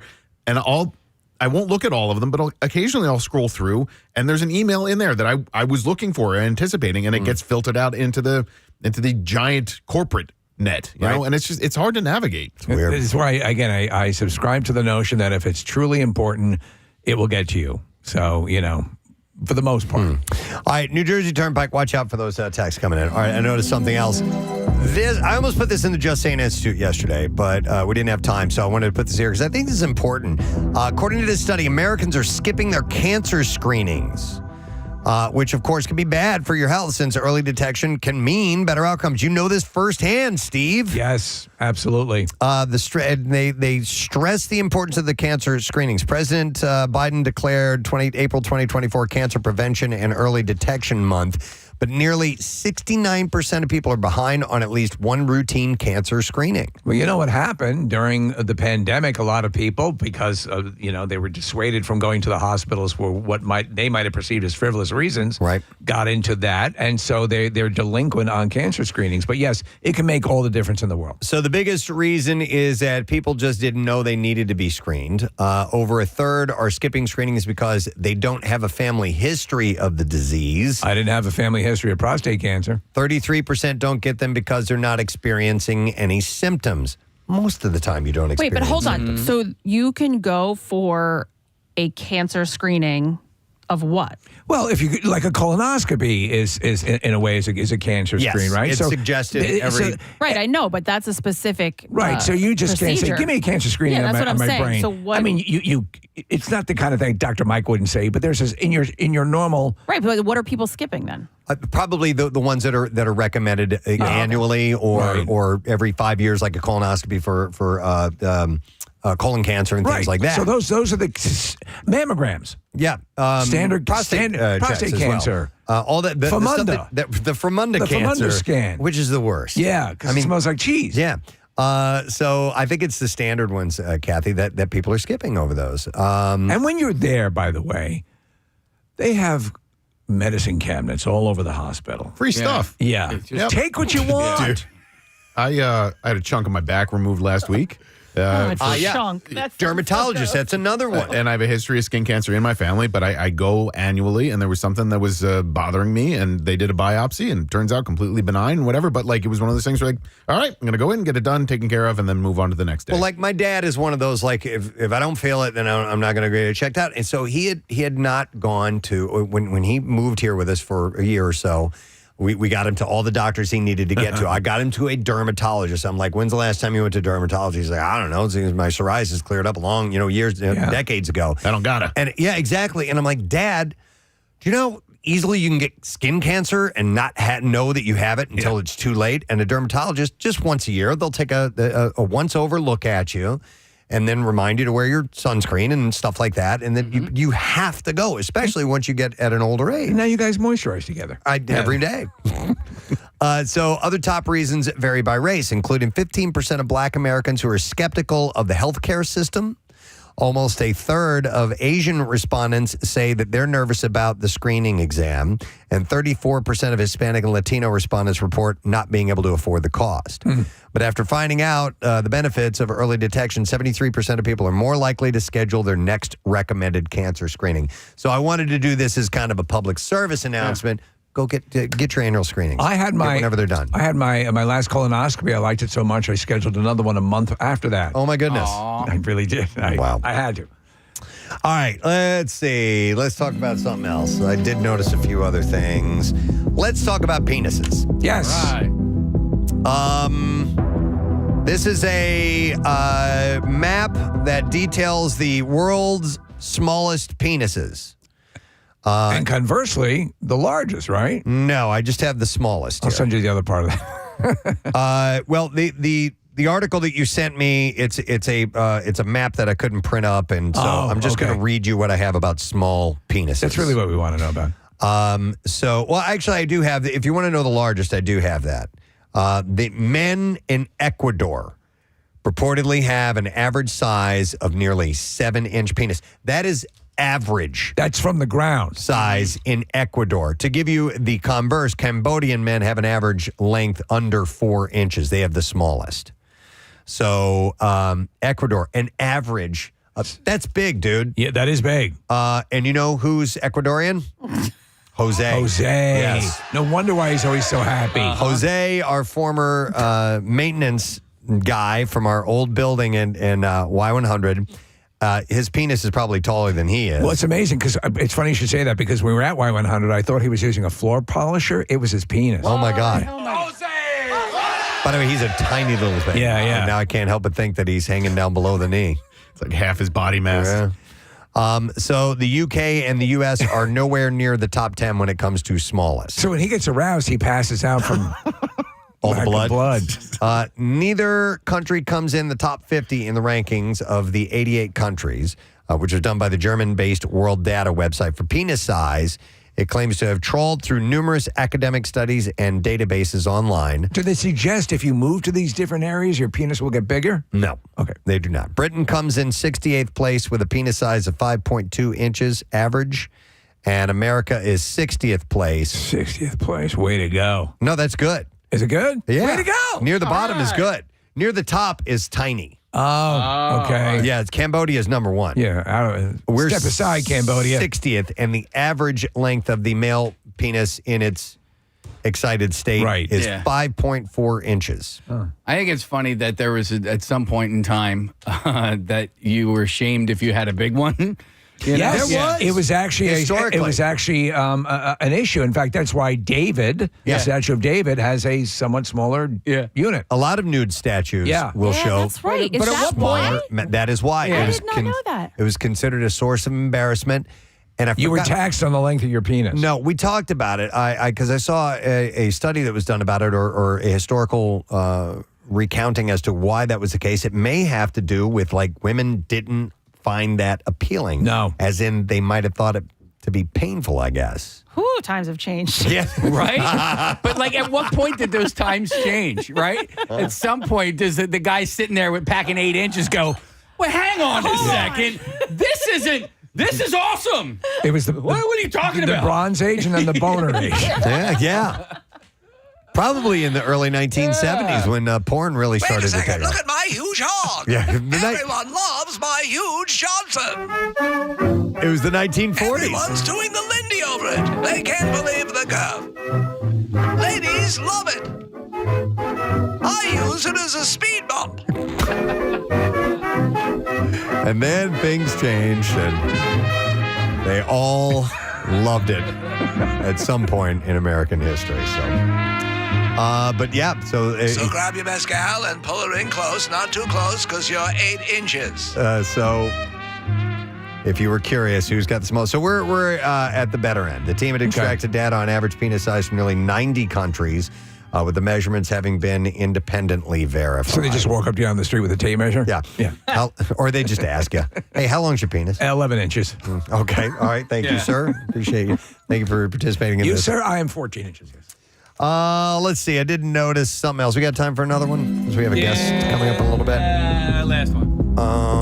Then I want to make this a good one here. Hang on a second. Vaginas? Because I know. No, I have no vagina news today, unfortunately. But I want to find something that you guys... I'm Tom Brokaw, today in Vagina News. All right, how about this? This is interesting. A family has refused countless offers to buy their modest home, which is set right next to Augusta National, the Masters golf course, even though each would have made them instant millionaires. The several seven-figure attempts have also so far failed to sway the clan of Herman and Elizabeth Thacker, who built the home at 1112 Stanley Road back in 1959. I mean, that is as prime a chunk of real estate as you could possibly get.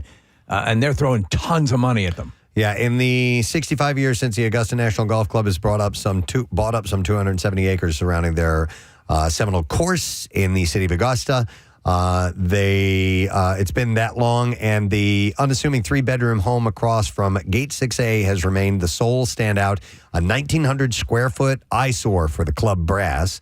In an interview offered just before the tournament's conclusion on not this past Sunday, but before, a member of the family proclaimed their steadfastness seemingly unaffected by the $200 million spent by the club over the years to buy out their neighbors' properties. Robin Thacker Rinder said, yes, we still own it, and yes, Mom still lives there, and they have no plans to sell at all. I have an Instagram buddy, Preston, and she lives in Georgia, and she's a huge Masters fan, huge golf fan. And last year, she was able to go. She was posting about this on Instagram, and so I messaged her, and I was like, hey, how did you end up getting the tickets? She just did the lottery, and it was the last-minute thing, and she does it every year when the lottery gets released or whatever, and last year it worked for her, and so she went for that practice round, which is Wednesday, right? Yep. And then she won for Thursday and Friday because I think you get 2-day passes. And then during the course of Thursday and Friday, she ended up meeting people. They hit it off. They had an extra ticket for Saturday and Sunday, so she got to go to 5 days in a row of the Masters. And it was just like right place, right time. But for her, the way that she got in the first place was winning that lottery. So a number of times as I've seen the picture of this place, Preston, that they're talking about this ranch, I'm wondering if Augusta offers to do the landscaping for them to keep it linear to everything around them. So it matches properly. Like they don't want like an El Camino up on cinder blocks on the front lawn, you know. The patriarch of the family, Herman, died in 2019. He was 86, and I hate golf. Mom Elizabeth is now 92, the sole occupant. So nobody's going to budge. She's going to die in this home that they built. The home is only estimated to be worth $330,000. And so they've been offered, 7 figures several times. So over $1 million many times. Listen, the home's the home, you know how, especially at that age. Yeah. In fact, there was a quote from him that the father years before said, money ain't everything. Yeah, my ass is killing me. Oh, you meant about the golf? Yeah. No, I think his quote was, money ain't everything. Okay. And so they're happy there. They want to stay there. And so they are indeed staying there. So there was a place, a business that was on, Kathy, Jericho Turnpike, Long Island, right? Sure. So massively developed.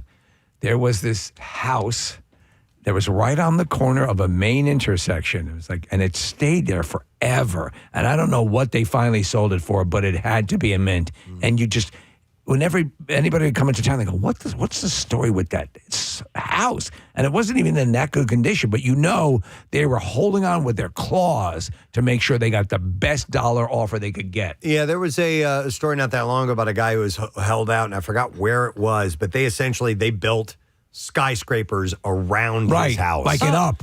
Yeah, exactly. Yeah. And it's just towering over so much. It's just this one little plot that he has in the middle of these buildings, right? And he's not doing it. He loves that house and is staying right there. So, all right. I noticed actually that we have a call we need to go to. So I am going to go to Andrew and welcome him. Andrew, good morning.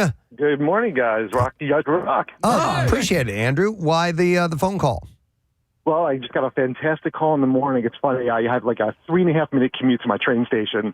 Train was like 3 minutes late. I got the text keyword, and I said, you guys said, hey, somebody got win. Why not you? And I'm like, let me give it a shot. I'm on the train halfway into my commute. I get a call from Beasley. I won that $1,000. How about that? Dude, on the train. That's awesome. He gets the call. And it was just kind of spur of the moment. What the hell, I'll enter it. That type of thing, Andrew? I was sitting around waiting for the train. I had 3 extra minutes. I figured, why not? Dude, that's fantastic. Where's that train taking you today? Where do you work? I work in Center City. Excellent. All right, my man. Well, listen, go in and be a little bit happier today at work because you got $1,000 extra bucks, Andrew. We appreciate you listening to MMR. That was fantastic. Thank you so much for a great morning, guys. You got it, buddy. All right. That's great. That's how you win. Just that little bit of time that you took to enter that in could get you $1,000. And guess what? We're going to do it again in about an hour or so. We're going to take a quick break. We will come back in a second. We have a guest who's going to be joining us this morning. His name is Oscar Bude, and we'll tell you more about him when we get back. So stay with us.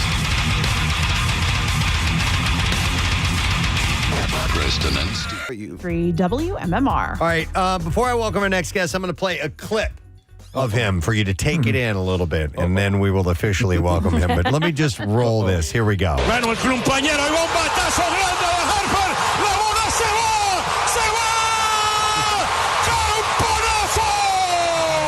El segundo piso de Harper, amigo. ¡Qué clase de tabla! Los Phillies le mandan un mensaje a los Diamondbacks. Pon este juego 2-0. Y el cumpleañero se va para la calle. ¡Camponazo! Happy birthday, señor Vegas. Bryce Harper. Esto es uno de esos, sin duda, un moonshot, como dice en inglés, por el profundo right field. ¡Cumpleaños feliz! ¡Cumpleaños, dear Harper! ¡Cumpleaños feliz! ¡Happy birthday! Ladies and gentlemen, Phillies and Eagles Spanish broadcasting announcer Oscar Bude is joining us this morning. Oscar, how you doing, man? Good morning, guys. A beautiful morning here in Philly. Both the Phillies and the Sixers won, so things are good. Yeah, most definitely. Oh, man, that call. It's so good. So good. So exciting. I absolutely love it, man. Look, I have a great partner. It's called El Gringo Malo, so you can imagine. And what we do is have fun in that booth. And you can tell. Yeah, we absolutely have fun. There's such a genuine, I think it's what attracts people to it, because it's in no way, it is absolutely tied into the essence of sports fandom. And I mean, you can't fake that. You're really tied up in it. You're really invested, but there is a certain presentation that some of the, the announcers, the Spanish-speaking announcers, just naturally gravitate to. And sometimes, when we have great broadcasters, sportscasters in the area, but it is a different tone. And sometimes we'd like them to go as ape as you guys go. Look, we're fans, right? Yeah, I mean, at the end of the day, and look, when you feel the vibration of the fans, I mean, in any one of the games, in the Phillies games, the Eagles games, the Sixers games, the Flyer games, I mean, Union, we absolutely love it. I mean, and we bring that passion into our broadcast, and we have fans all over the world, and it's awesome. Steve and I started paying attention to some of your calls last year, especially during the playoffs, Oscar. And there's a Twitter account run by this guy named Nick Picone. And Nick he's terrific. He does really good clips of a lot of Philly sports, but he specifically takes the Spanish language broadcasts and inserts them into his feed. So we'll get the Fransky and LA stuff, and then we'll get you. And all due respect to Scott Fransky, because he's a fantastic broadcaster, I like yours more. And I don't speak any Spanish. The only Spanish word I know is campanazo. Yeah, you know what? I mean, Scott, Tom McCarthy, Scott Fransky, Larry, Croc. We have outstandings, announcers, and we just bring a different way of doing things. And it's just, we're fans. Again, at the end of the day, at the core, we're fans. We love Philly fans. Phillies fans are the best. I've been all over the world, and Phillies fans are the best. The passion that we all bring to the game.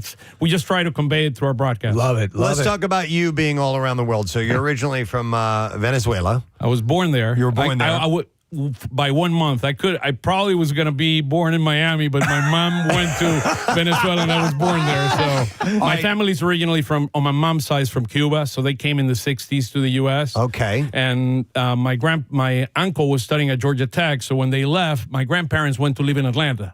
So Atlanta was like my second home, so I would go from Caracas to Atlanta every year. And believe it or not, you know how I learned English? Listening to radio, listening to the American Broadcast Network. They would put all the football games and all the baseball games, and I would go to the top of the building, put my shortwave radio up there, and listen to all the games, and that's how I learned English. So did you start off as a Braves fan coming out of Atlanta? Not necessarily. He is smart. Not necessarily.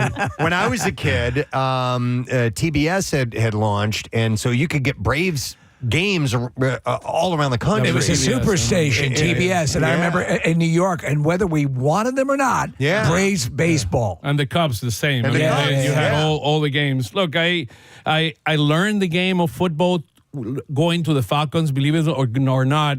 I learned the game by going to the top of the stadium where all the coaches are, and I became friends with all the coaches, and they started teaching me football. So I became kind of a student of the game, both of football and baseball. I played baseball all my life, both in kind of since I was a little kid. When I played in high school, I mean, I played baseball at the university. I came to the U.S. to study. I went to Atlanta to study. I started at Georgia Tech, and then I finished my MBA at Mercer University. And believe it or not, when I was 19 years old, I saw a program in Spanish that did not have a Spanish broadcaster. And I called the producer. I said, you need a Spanish broadcaster. And that's how he started at 19 years old, giving the Spanish news in Atlanta. Good for you. On CBS. It was an 8 a.m. program that they had there. What was your degree? What were you studying? I studied both management and marketing. So I started my career at P&G. I worked 10 years at P&G. And I went down to Venezuela. So I finished my career here in the U.S., went down to Venezuela, starting doing baseball games during the week and doing the NFL games during the weekend. So that's how I started. And you had never done any kind of broadcasting before? You just natural. like, I can Look, do this? I listened to radio. I mean, my parents thought that I was crazy. They would go to parties, we would go to restaurants, and I was listening to baseball games, MLB games, NFL games. I mean, I love sports. So, Oscar, you and I started chatting a couple of weeks ago, and you started listening to our show. What was your impression of this radio program? I heard of the show before. I mean, it's a little wild. I mean, it's not traditional. I saw you guys. You remember last night, Schwarber, he hit 2 Schwarber bombs. Yeah. One of them, there is a sign in right field. I mean, he put a massive dent in there. Yeah. When you guys went to spring training, you left a massive dent in Baker Park. So I said I needed to be a part of it. We caused damage as well. A quick question: how was your sports ability? Because it seems like the broadcasting really took hold of you early. But did you ever flirt with the notion? Were you ever good enough to consider making a run at actually becoming an athlete yourself? Look, I knew early on that I was probably going to be a better broadcaster than a baseball player. I played baseball all the way to college. So, I mean, I did play baseball, but, I mean, look, I did not have the home run swing that Harper has or Schwarber has. Right. I mean, I needed to kind of do something a little bit more quiet. So I decided to go in the sports world. Look, and it's been, I've broadcast probably like 12 Super Bowls and probably 5 World Series. I mean, but the Phillies and the Eagles have been so nice. I mean, we have experience. I mean, I have experienced the game in ways that I've never experienced over the last 2 years. A lot of my friends are mad at me, or a lot of broadcasting friends, because after I started broadcasting both the Eagles and the Phillies, within 2 years, I went to the World Series and the Super Bowl. Yeah. So it doesn't get any better than that. No. We have not won yet, so I'm expecting this year both Jalen Hurts and Bryce Harper, Wheeler, and Nola to take us up to the World Series and the Super Bowl. So. Right behind that. Where's your broadcast booth? It's in the middle. It's next to Scott and Larry. Okay. So I'm actually, if you look at Larry Anderson, I sit next to him. Okay. You mentioned Nola and Wheeler. We got to mention Ranger because, the start that this guy's had. And first of all, how good is his English? Because he usually speaks through Diego, who's the translator for the team. And when you have conversations with Ranger, do you ever speak in English, or is it always in Spanish? It's always in Spanish. I mean, the Spanish-speaking guys, I mean, we're all friends, right? I mean, we're all get along great. That clubhouse, I mean, I don't have to speak about the clubhouse of the Phillies. Is so good. I mean, they have dominoes tables, they have ping pong tables. They're playing all the time. I mean, the camaraderie that exists in that team is unbelievable. They love each other, and we love them, and we love spending time with them. So, I mean, they all high five. You can tell. I mean, that's what we said. Over the past couple of seasons, have been so much fun to watch. These guys that are buddies, that are really enjoy each other's company, when they win, really. You see the excitement. You see the little kid in them come out. Yeah. You know what I mean? And Christopher Sanchez, that is a guy that I'm going to tell you, he's going to be an outstanding pitcher. I mean, what he did, for example, just yesterday, 10 strikeouts in 6 innings, 16 swing and a miss. You don't see that normally. So we have outstanding pitching, and the leadership that Harper, Schwarber, Realmuto, Turner bring to this team. I mean, this team could get very far. We didn't last year, but we will get to the World Series this year. Come on, let's go. Let's go, Phils. Yes. Let's listen to another call, shall we, of Oscar. Here we go. Hay un batazo grande para el right field. La bola se va. ¡Campanazo! Brandon March, amigos, vuelve a meterle un jonrón a Gallegos. Tiene de 2-2. Con 2 jonrones contra él. Es el tercer jonrón de la temporada. a 403 pies. ¡Campanazo! Los Phillies se van arriba ahora. 3 carreras por 1. Brendan March. Oh, man. You know what campanazo is? I got to explain this. I imagine a priest going on top of a church and slamming the bell. That is what campanazo means. It's a word that doesn't. Campana is bell in Spanish, but campanazo is slamming the bell. So it just takes it to another level. Ring the bell. No, it's beyond slamming the bell. Yes. I love it. So I'm trying to convince my son. He's only 12 at this point, but he's got to choose a language that he wants to stick with throughout the rest of high school, middle school, and high school. And he chose French. and I'm like, I know it's his choice, but I'm like, you can switch, right? So he has a chance before next year to switch, and I'm like, please switch to Spanish, because first of all, I have to sit and help him. I know I don't speak one word of French. I took Spanish. I can, I know a little bit of it. I can read it. I understand it a little bit, and so I'm just trying so hard. I think it'll be more beneficial for him if he does continue this into college to speak Spanish. Look, to me, it's you got to let them do what they love. I mean, I learned that a lesson a long time ago. My older kid plays chess.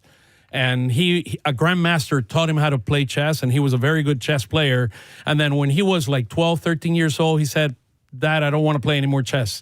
And he went into study, and look, he went to Harvard, a couple of years ago. So it's working. It's working. Yeah. And then the younger one wanted to play baseball, then he wanted to play soccer. You just let them be. Just let them be and be happy. That's the most important thing. But still, he should learn Spanish. He should learn Spanish. It's going to be the most useful language. Bring him to the booth. When you go to the game, you call me, I'll bring him to the booth, and we'll have some fun. That's what I'm thinking. I'm listening to this. I'm like, all these opportunities. I want him to hear this and meet you, and I'm sorry to interrupt, Steve, but all the countries that you can communicate in, knowing Spanish, and it comes in handy. Well, when you go to the ATM, what's the second language option? It's not French. I'll tell you this, though, and it's a wonderful language. Not to impugn the French. But I was blown away years ago. So we've been in the industry, and seeing the ratings and audience breakdown and so on and so forth. We have such a robust Spanish-speaking population in Philadelphia. Huge. I have to ask you, how are you? How are you approached? How are you treated? When you meet your fans, who are Spanish speaking and are relying on you to convey that zeal that you do so well. We created a fan club called La Familia Phillies Baseball, and baseball in Spanish. And you have fans from Philly, from Jersey, from all over the world. There are people in Germany, people in Australia that listens to our game, Spain, all over there are people at 3, 4 o'clock in the morning listening to our games. Wow. And it's just, we created kind of the whole family, and we played El Campanazo, which is a challenge. And we're all in like a chat site, and they all put their names in it, and who is going to hit the first home run. So Schwarber won yesterday, in a big way. So that is awesome. I had 2 last night, winning helps, obviously bringing out fans. Are you going to go to London this summer? We're on our way, to London. That game is going to be wonderful. It's going to be kind of a unique experience. Yeah. Bringing the game to the world is something I think the NFL have done a tremendous job expanding the NFL around the world. MLB is getting there. I think we've done it in Mexico and some of the Latin American countries. But I think the whole ability of going to the UK and beginning to expand, and Chase Utley, which lives there, being an ambassador of the game, I think that is fantastic. Besides calling the games, do you guys interview any of the players, or is it just strictly calling the games? Yeah, no. We interview the players. I was with Ranger on the clubhouse after his huge showing. He played for the second time in his career. Shout out. A pitcher pitching 9 innings is not the norm. So it's almost like an all-hitter. So do you only interview the Spanish-speaking players? No, I think we talk to everyone. I've talked to everyone. Kind of we spend time with them, and look, it's a family. Yeah, that's the way I look at it. So are you translating on the fly as you are talking to them? Yeah, we translate on the fly. A lot of times we use them in podcasts, and I see. We have podcasts, and we talk to them. It's just it's having fun. So after the Ranger Suarez complete game shutout the other night, they had Diego out on the field with him. Diego got the water bucket dumped on his head right next to Ranger, which was hilarious by the Wet Bandits.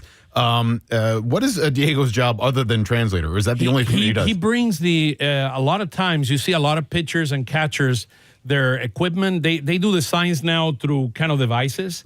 And he has to run into the field to give the devices to the pitcher or the catcher, and they need to ask the umpire for timeout to be able to do the thing. Wow. So you'll see kind of a pitcher taking out his cap. I mean, you see they have like a little clip, and they put that device in there that calls the balls and a strike. So the game, I mean, the MLB is trying to accelerate the game, which I think is a great idea. Yes. Because sometimes you could be 4.5 hours inside of a game a couple of years ago. All right, Go so ahead, Casey. speaking of the balls and strikes and stuff, at first I liked that little box that they put on the screen because it would, help me frame where the pitch goes. But now the more I watch it and the more I disagree with umpires, I don't want that box there anymore. As the norm. What do you think? I think, look, I think the robots are going to be playing a key role in the future of the game. I think it's the right thing. I think when some umpires are better than others. Angel Hernandez, for example. Well, it's I didn't want to mention his name. But, it was 2 games ago. I mean, there was a ball that was like, I don't even know, 8-9 inches outside of the zone, outside, And he called it a strike. You cannot. There are games like, for example, the gentleman that he mentioned. I mean, he calls the games. There was a minus 3 runs difference in a game. I mean, it cannot be. No. So I think that the robots are going to play. The umpires will be there, but they will play a role of kind of being the differentiator if somebody wants to make a call and say, look, that was not a ball, it needs to be a strike, and they will kind of make a sign. They're doing that already in the minor leagues. Well, they have robo-umps, and like you said, in AAA. And what I didn't realize until recently is that if the pitcher disputes the call, he taps his head, and the ump then reviews it, and it's overturned or upheld within seconds. And it appears on the screen, so you can see if it was a strike or it was a ball. So it's coming. I mean, it's just a matter of time. You pointed out the issue, which is, and they'd always say in any sport, well, you get good calls, you get bad calls, it evens out at the end. But when you're talking about 3 runs, or you're talking about something like that, no, that means that this team was playing markedly better, and they're not going to, they're not going to reap the benefit of that. So I guess you got to kind of. So you're going to get to about, I don't know, 5 to 8. I mean, 5-6% of the calls that are being called either balls or strikes that are not strikes or balls. Right. That is going to change significantly once the robots come in. So I believe for the better of the game. I mean, look, if it's a strike, it's a strike. If it's a ball, it's a ball. And I mean, there's no question about it. That's the game. We're going to have Garrett Stubbs on the show tomorrow, which I'm excited about. We're supposed to meet him at spring training, and we become somewhat friendly with Brandon Marsh, who's also a great guy. Yep. What can you tell us about Stubbs and any good inside questions we can ask him tomorrow? The party man. I mean, the party man. I mean, you can see, look, there's nothing like postseason baseball. Both what the energy that the fans bring in the stadium, the best fans in the world, and at the same time, I mean, you go to the clubhouse and beer and champagne all over and then the guy that is starting that party is called Stubbs. I mean, that guy, Garrett is, I mean, he had like, I don't know, he had the record for 20 bears inside of his, clothing. I mean, that dude is jammed in the over. All right, so let me ask you. So, and this is going to be a tough one because obviously you're known for the excitement and being amped up. What is the one moment you actually had to hold your heart because you were afraid you were going to pass away from a heart attack? Well, it's for the heart attack. I mean, it's look, the game is the game, right? Yeah. And the game is played. I probably made a huge mistake last year. You remember Kroc when there was a fly ball to right field that Castellanos got the ball? Kroc said, "No way you're catching that ball." I'm glad you did not hear the Spanish call of that Nick didn't put it on the air because I said, "You're not catching that. We're going to lose this game."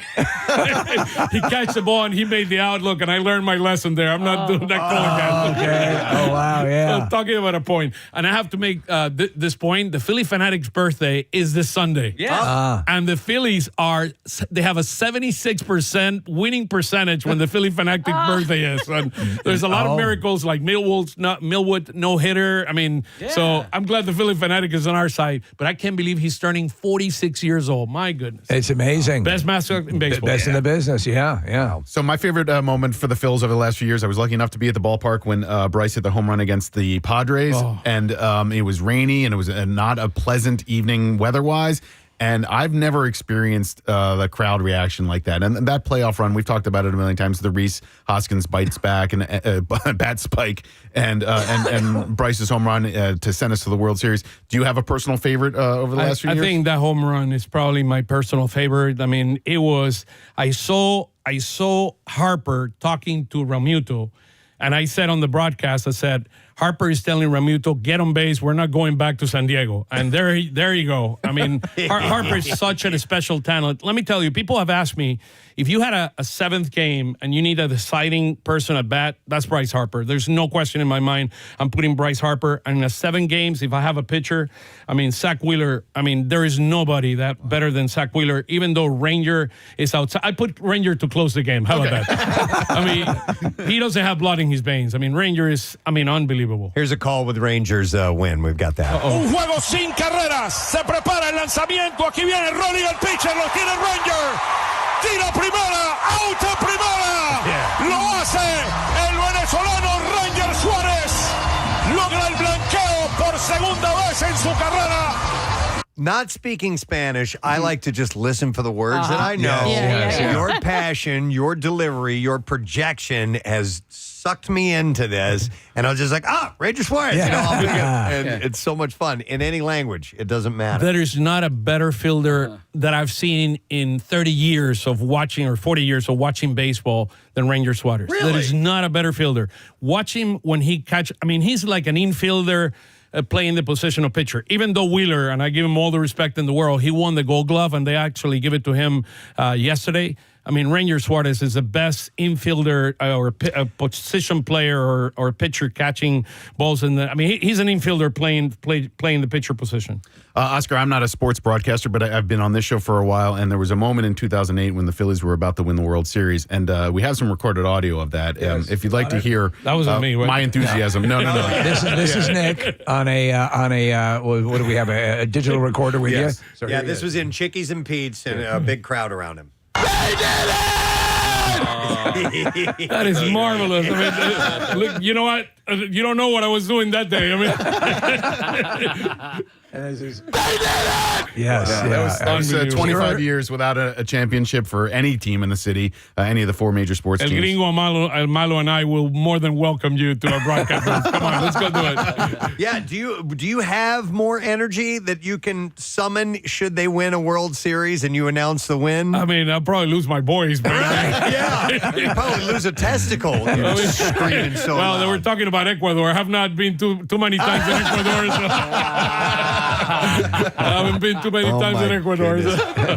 You mentioned your son. Do you have any other kids? Yeah, I have a younger kid. He goes to the prep, and he's going to Penn next year. How about that? Oh, wow. Look at that. Kidding. About achieving family. Yeah. Wow. Do you get a scholarship at Penn? Yeah, they're helping out. Okay, sure. Absolutely. What's he going to study?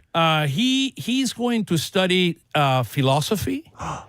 And probably, I mean, he might be a lawyer. I mean, he could go into the kind of law school, but he's more into kind of less than the science side, more into the letter side. Yeah. The other one is different. I mean, the other one's more on the science stuff. So he's a consultant. But neither of your kids got the broadcast bug or the sports bug? No, I think the younger one was a baseball player. I mean, he played a lot of baseball. I mean, with Taney baseball. He played for the Monarchs, the Anderson Monarchs, which is a tremendous organization in the city. Right. Steve Bandura runs it. I mean, he played baseball, but I mean, they decided to be more on the study side than the baseball or broadcasting side. Oscar, while we have you here, other than Campanazo, what Spanish terms should we know for baseball? Oh, when Alvarado goes to and he strikes out the last hitter. Yeah. Y lo poncho! Which is what now? He's strike him out. So that's my strikeout call. So I love it. Y lo poncho. Well, listen, we have, if you wouldn't mind, we have a little script to see if you would. It's about us. It's about the Preston and Steve show. So we'd like to record you saying something if you don't mind. If you can take a look and see if you can interpret that on the fly. You want me to translate it into Spanish? If you could. Yes, we love that. Yeah, yes. that'd be awesome. Yeah. I don't know how good your skills are at reading English and immediately transposing them to Spanish is. But Damas y caballeros, niños y niñas, prepárense para reventar la mañana eléctrica de Preston y Steve, el show aquí narrado en vivo desde el corazón de la ciudad de Filadelfia en la 93.3 WMMR. Es tiempo para abrocharse los cinturones y ponerse oh my God, su cabeza primero en la más explosiva experiencia de radio en las mañanas en Filadelfia. Agarren su cafeína, amigos, y prepárense, súbanle el volumen, and let's rock and roll con Preston and Steve. That's awesome. Oh, I don't my. know what you They said, didn't but give I me love this it. ahead of time. Yeah, Come on, you guys. did that on the fly. It's rock and roll. There's not another translation for rock and roll around here with Preston and Steve. So That's wonderful. Nice. So what should we look forward to on the horizon with the Phils? What's coming up? What Look, do you, the Phils, the birthday's coming up. And yeah, all that, we got a 3-game series that we just swept with the Rockies. We're going with another team that, I mean, it's not really good. I mean, the White Sox, and then we go on the road, and things are tougher on the road. We got to go to Cincinnati. We go to the West Coast. I mean, that's what's coming up. I mean, I think the most important thing is this team is an experienced team. We've gone twice into a deep run to the World Series 2 years ago in Houston, and last year we made it all the way down to the 7th game of the National League Championship Series. This is an experienced team. We just have to be patient. I mean, Johan Rojas, I've seen a transformation with his hitting over the last 3 or 4 games that is worth looking at. I mean, he's hitting the ball with more authority. They changed his entire swing. This kid can play center field like no other, and I'll tell you, there's a kid down in the minor leagues that we signed a year ago. His name is Cava. He's a shortstop. He's as good as Johan Rojas in center field. He plays shortstop. He's outstanding. I mean, and Miller, Ian Miller, the guy that we drafted last year as a #1 pick. I saw a couple of swings this last couple of days. He can hit it. He's going to be a future All-Star. Well, when we were down to spring training, a lot of what you just said was echoed by everyone, that this team is now matured. Sure. It is accompanied with what Preston was talking about, that genuine joy of the game. And so that confluence of events, I mean, everyone keeps their fingers crossed, but it looks really good. Yeah, and when you look at when you go down to the end, the postseason, pitching is so important. Mm-hmm. Yeah, and having a Wheeler, a Nola, a Ranger, and now Christopher Sanchez kind of coming into his own. I mean, Christopher Sanchez has one of the best changeups in all of baseball, if not the best changeup. So keep an eye on him. Excellent. All right. Well, listen, it is wonderful to meet you in person. Keep up the great work. We're enjoying it, man. Campanazo. Oscar Bude from your Philadelphia Phillies. Wonderful, wonderful. All right. With that, we are going to take ourselves a quick break. We're not done giving away money this morning. We've got Good Money It coming up in just a few minutes at 10 o'clock. Stay with us. We'll be right back. Preston and Steve. Back on 93.3 WMMR. All right, thanks, Kath. We got about 3.5 minutes before we get you your special keyword for Good Money It. So I'm going to take a moment to mention a charity event, a butt plug, as we call them on the show. This is from Sarah Brett, and she emailed in, said, hope you're well. I'm hoping maybe you could help me out with an event I'm doing for a shout-out on the show for me. I'm a local business owner in Hatboro. Long story short, my brother Kevin and I inherited our Pop's Auto Body Shop, O'Neill Collision Center, in 2021 when he sadly lost his battle with pancreatic cancer.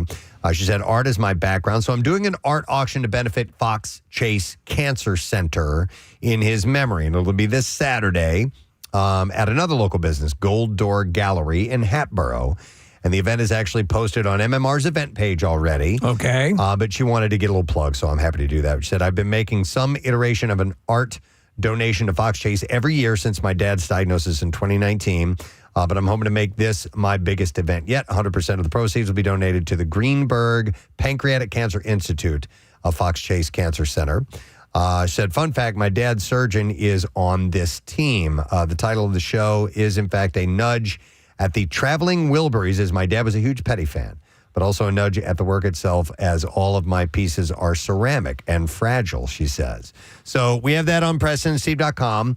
And Sarah Brett, she's Sarah Brett Ceramics is the name of her group. Oh, there's a picture of her that Nick pulled up where she did a ceramic ass. Not only does she do ceramic asses, Preston, on Sarah Brett Ceramics, she's a really talented ceramic artist. She also does lots of boobs. Oh, my God, she does do lots of boobs. So I guess one is in the front and one is in the back.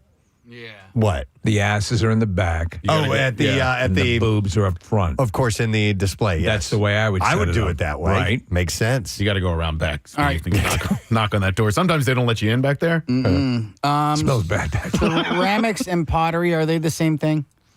Slightly different, I think. Okay, because I couldn't think tell I'd you like the to- difference. I'd like to try Ceramics pottery. use cerami. And pottery use pot. Yeah. I took a pottery class, Casey. It is a workout. Yeah. When you get the wheel that you have to spin and work in the clay, it like a lot of upper body strength, a lot of back strength, and your back And then hurts by the end of it. Some dude always comes in from behind you and starts hugging you as Unchained Melody starts playing. Yeah, Didn't your girlfriend die in a kiln explosion? She was making a pot. Oh, my God. Yeah. It's terrible. Pottery is a form of ceramics, Casey, but ceramics covers a much broader spectrum. Okay. All right, and then I had a shout-out request. Says, hey, I'm writing to ask for a birthday shout-out to my incredibly talented, smart, funny, kind, and loving partner, Ronaldo Sidke. Ronaldo Sidke. Yes, it's a special birthday this year. It's April 21st, and we devotedly and obsessedly watch your show here in Irvine, California, where we both work remotely. That's amazing. We absolutely love the show and all of you, and have for decades since we lived in the Philly area. Party on, you amazing souls, she says. Thanks for making our workdays happier, even on the other side of the country. Kind regards. That's from Tina L. Smedley. So Smedley and Sidke are Special together. California shout out. Okay. Oh, my God. We got a lot of mudslides out there. Jesus. Okay. She also works for James Hardy Siding. Dude, if you want to send some siding our way over here. That's good stuff. That's good siding. That's really, really Is that your good favorite siding? It's my favorite siding of all time. Yeah. It's not what I have because I can't afford it, but She's the senior tax accountant. Oh. Ooh la la. Probably should access. Ooh la la. I have another birthday shout out, and so this gentleman turns 58 on Saturday. 58. So I can't, Tom. I can't do the shout out for you during the week because your birthday's on the weekend. So Tom from Wilmington, we all know Tom. Tom shows up to a lot of our Tom's events. great. Yes. Yeah. So Tom, happy birthday on Saturday. His birthday's 420. Yeah. Oh, good for a him. guy who's never touched drugs in his life. Yeah, he doesn't impress me as a drug guy. Dude, Tom's a super fan. He comes to everything. Yes. No matter where it is. When I walk into my car in the morning, he's there. Hi. Yeah, Hey, yeah. Steve. How you doing? All right. He's very faithful. All right. It's 10:01. We got to do this. 93.3 WMMR Philadelphia. It's time for a Good Money It keyword. All right. The word is gifted. Gifted. All right. Gifted. And we're going to give you until 15 minutes after the hour to enter it. 3 ways to do that. Enter at WMMR.com or through the MMR app. Or you can text it to the special contest short code number, which is 45911. One random entry will win $1,000 in our company-wide contest, and each winner gets a call from Beasley. Make sure you answer your phone. Contest rules at WMMR.com, and it's sponsored by McLaughlin Plumbing, Heating, and Cooling. So once again, the word is gifted, Gifted. And yes, make sure you answer your phone. The winner we had earlier was on the train. Yes. When he got the call, and it's a good thing he answered. So let's make sure you do that. Gifted is the word. Let's do the B-file. WMMR presents Preston and Steve's Bizarre File. Brought to you this morning by the Monster Energy AMA Supercross. You can experience the intense action of the world's most demanding sport live and in person, April 27th at Lincoln Financial Field. Visit supercrosslive.com for information. Renee Remond and his wife spent 3 weeks touring Switzerland last September. But when the Florida couple got home, their cell phone bill had jumped higher than the Swiss Alps. Remond and his wife said that they travel frequently. They always notify their cell phone carrier before they leave the United States. In this case, Remond said he visited a T-Mobile store to share his travel plan. So he did all the right things. Yep, he's been a customer for nearly 30 years. And while he was there, he says, they said you're covered. Whatever that meant, you're covered. Gotcha, bro. So Remond said he never gave it a second thought to the pictures and messages he was sending during their time away. Shortly after returning home, Remond said that he received his T-Mobile bill, and he looked at it, and he thought it said $143. It wasn't until days later he discovered the actual amount he owed. They had charged him $143 $140,000 for using 9.5 gigabytes of data while overseas. $143,000. 5 to 10 gigabytes is considered average for 1 month, but in this case, it was all roaming data, which cost thousands of dollars each day on his trip.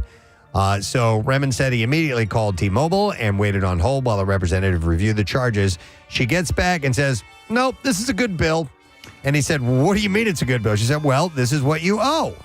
The representative said this, and Remen said, "You've got to be kidding me." So we issue bills like this all the time. He hired an attorney who wrote letters to the president of T-Mobile, but got no response. And then a news station got on top of it. Yes. They contacted T-Mobile's corporate offices days later. Someone from the carrier called Remen and said that the credit to his account for the entire amount. I'm sorry, it was an oversight. Why does this always happen? Yeah. Why do they have to wait until... Well, now they have all this bad press. The news... Because $143,000 is outlandish. That somebody wouldn't have called them and said, by the way, once you got past $50,000. This happens all the time because you'll see stories about, companies saying no, no, no, and then a news station will call them and they'll go, "Oh, we made an error." And that's why those Consumer Reporters, I got the same thing. I got charged $150,000 for a 2-foot dildo. Oh, and my I'm like, God. This thing is $10,000 at most. The Great American Challenge? And I lost it. All right, here's a great story. It's out of a place we were at not too long ago. A 53-year-old boat captain, there's a detail in here that cracks me up. A 53-year-old boat captain was arrested and charged with boating under the influence on Friday afternoon, according to the Clearwater Police Department. Witnesses told law enforcement that John Edward Beckwith, the captain of the Clearwater Fun Boat, was impaired to the point where he fell off the vessel just before 2 p.m. I'm having a great time. That's not that pirate ship, is it? I don't know, but Okay. I like to believe that it's one of those boats right around that. Now listen to this. Here's the detail I love. Police say that when they spoke with employees on the boat, they were told that Beckwith arrived at work stumbling and had food all over his face. Cheetos. He had food all over his face. Ready to set sail for mystery? The boat that Beckwith was working on had 30 people attending a boat tour. Authorities say Beckwith performed poorly on the field sobriety exercises and provided a breath sample of .118. The limit for boating is .08. Stow the business best and Hoyle the finger there. Clearwater police say Beckwith's breath smelled like alcohol. He was unbalanced and his eyes were bloodshot. Hey, who wants the Cheerio? It was under my nose. Beckwith has prior DUI convictions in Michigan and in Arizona. That's hilarious. A little bit of an alcohol Food problem. on his face. On his face, yes. Did we find, is it the boat we were talking about? It's not the pirate ship. Okay. But it's like one of those pontoon boats that you see in the harbor and out in the ocean. The Little Toot, it was called. A person and their dog are lucky to be alive after landing a plane in ocean waters just off the coast of Southern California, forcing them to swim to shore last Sunday. Calls about the plane landing in the Pacific Ocean came in around 5:20 in the afternoon. Details are extremely limited. It's unclear what type of aircraft the pair were in and what exactly forced the pilot to land in the water. An air rescue team was deployed, but the pilot and the dog were reportedly able to swim to the shore where they were met by Pretty deputies. amazing. So the dog got out and swam. You are such an idiot. The conditions of the God damn it. The person and the dog were not immediately available. Yeah, and I saw footage of them. The dog was tails wagging. Hey, we went for a swim. The rescue comes less than 24 hours after a plane crash in San Bernardino County on Saturday night. You should have called me. I have a boat. Claimed the life of a man whose body was not recovered due to inclement weather hampering a search and rescue effort. One more? Okay, hang on a second. I can't end with that one. It's a double murder, so we'll save that from tomorrow. It's Friday stuff. Is there anything funny about it? There's something strange about it, but we'll save that for tomorrow. All right, and then finally, we'll end with this. Last month, the stowaway was caught flying Delta Airlines from Salt Lake City to Austin. They found him as he had taken a picture of a child's boarding pass and used it to get on the plane and then hide in a lavatory. Well, now another Delta Airlines flight caught 2 separate rounds of stowaways. This time on Friday morning's Atlanta to Los Angeles flight, a passenger sitting near the front of the coach cabin saw a family of 5 seat themselves in the Comfort Plus section. However, 2 of those seats were already occupied. A flight attendant came in and sort of sorts out the duplicate seats. She asked the two men for their boarding passes. However, one of them kept showing her a screenshot, and he was also saying his sister had booked the ticket for him. The men were asked to disembark, and then things got sorted out the gate. It seemed like matters were solved on that, and the flight departed. However, on arrival in Los Angeles, it turns out that there were more stowaways on that same plane. So they were taking pictures of the actual digital ticket? Well, that's what happened in the other flight from Salt Lake City to Austin. Yes, that's what happened That's there. what he took. Okay. I don't know what they did here. So the passenger wrote, we land in LAX, pull up to the gate, in which we find ourselves sitting for 5.5 minutes. The flight just sitting there waiting for the tone to stand up and prepare to deplane. Pilot comes on and eventually says that they have an irregular passenger count. It's going to be a few more minutes. He has to remain seated. When the aircraft door finally opened, 4 or 5 police officers and one guy with an FBI on the lanyard boarded while the passengers remained seated. He said they took 3 guys off, somehow managed to get on the plane. No drama, no handcuffs, no yelling or arguing. They departed without any issues. The cops and FBI also pulled off the family as well as other passengers who were sitting around these people for questioning. So I wonder if that scam is used a lot. Maybe. Taking a picture, right? It would scan the same way, would it not? Yeah, right. Until it reads. Until you're not a 7-year-old. Well, unless someone else has already scanned theirs. Yeah. As long as you do it first, I would think you might have a shot at it. That's a good question. Because when I have a digital ticket and it's in my digital wallet, I'll also take a screenshot of it and have it in my photos. Just to make sure you're backed have up. a backup in case. So that would stand to reason, Steve. All right, and there you go. That's what we have in the bizarre file. By the way, you have about 5 minutes left to enter the word gifted for Good Money It. So make sure you enter that now. Gifted is the word. And I also want to mention we have a new Daily Rush video that's out. And it is about me slipping up, and the title is Welcome to the Radio Program Thing. And you can watch it now at PrestonandSteve.com and on our YouTube channel. It's a short one. It's only about 1.5 minutes or so. So take a look, because Kyle still cranks those out. I love the Daily Rush videos. He's doing a great job. I'm happy that they're back in full force. We're going to take a quick break, come back in a second. Lesson question, trash, music news on the way.